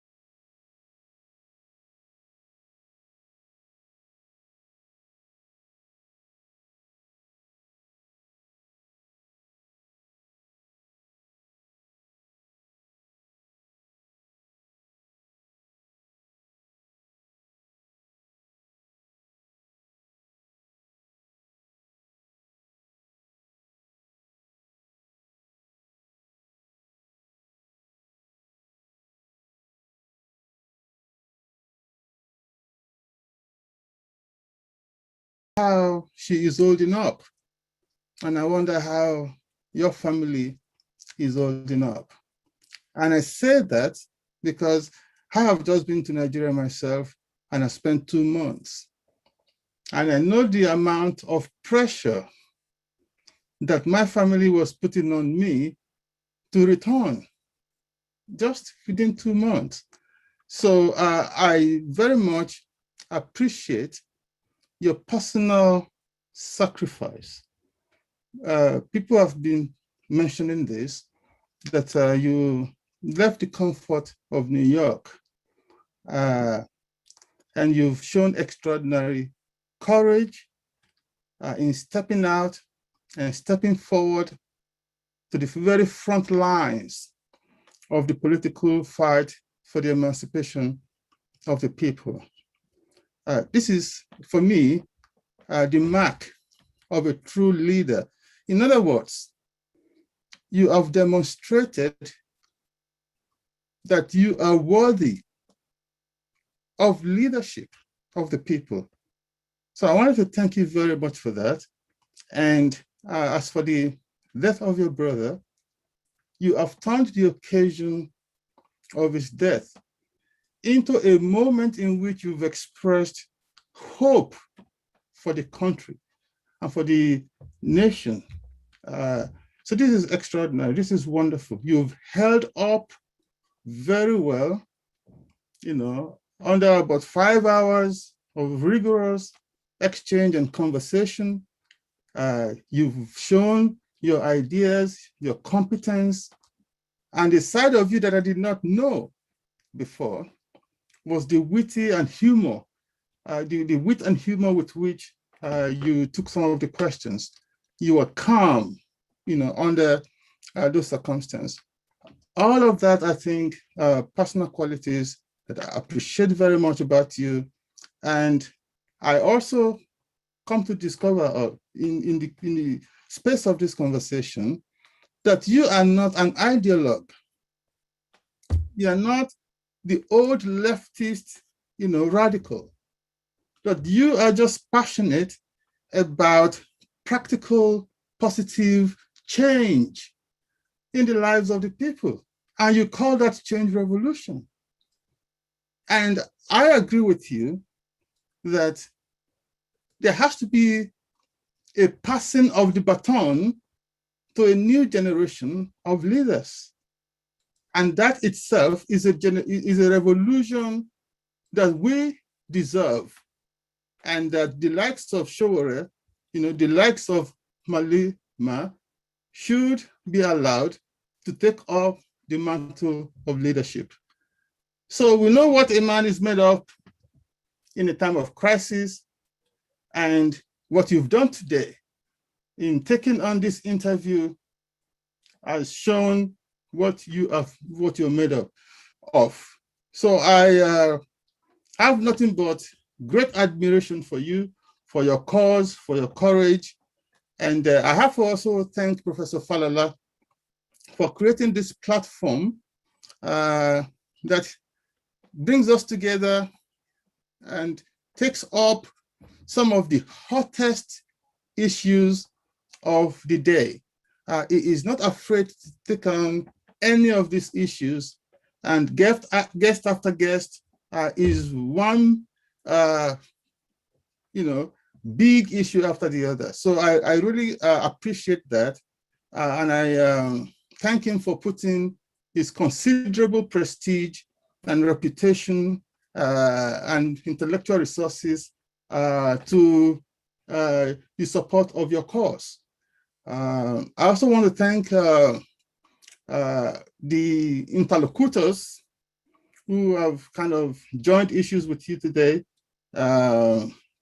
Faborode, Moratunyo Alaka, and Moses Ochono, for lifting and elevating the conversation with their questions. I thank also all of the participants who have asked questions. And I have to end by just a little piece of my own comment, which is that a friend and I were kind of talking about a speech that MKO Abiola gave sometime in '93. And it was so rich, it was so insightful. And the question was, oh, was Abiola an intellectual? Of course he was not.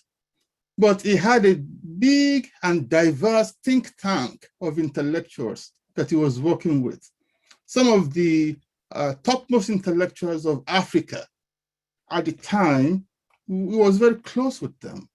And I want to encourage you also to broaden the base of your intellectual cohort. I know you have a lot of intellectuals like Shonu and so on who are working with you, but I think that will sharpen and deepen the strategies and the ideas themselves.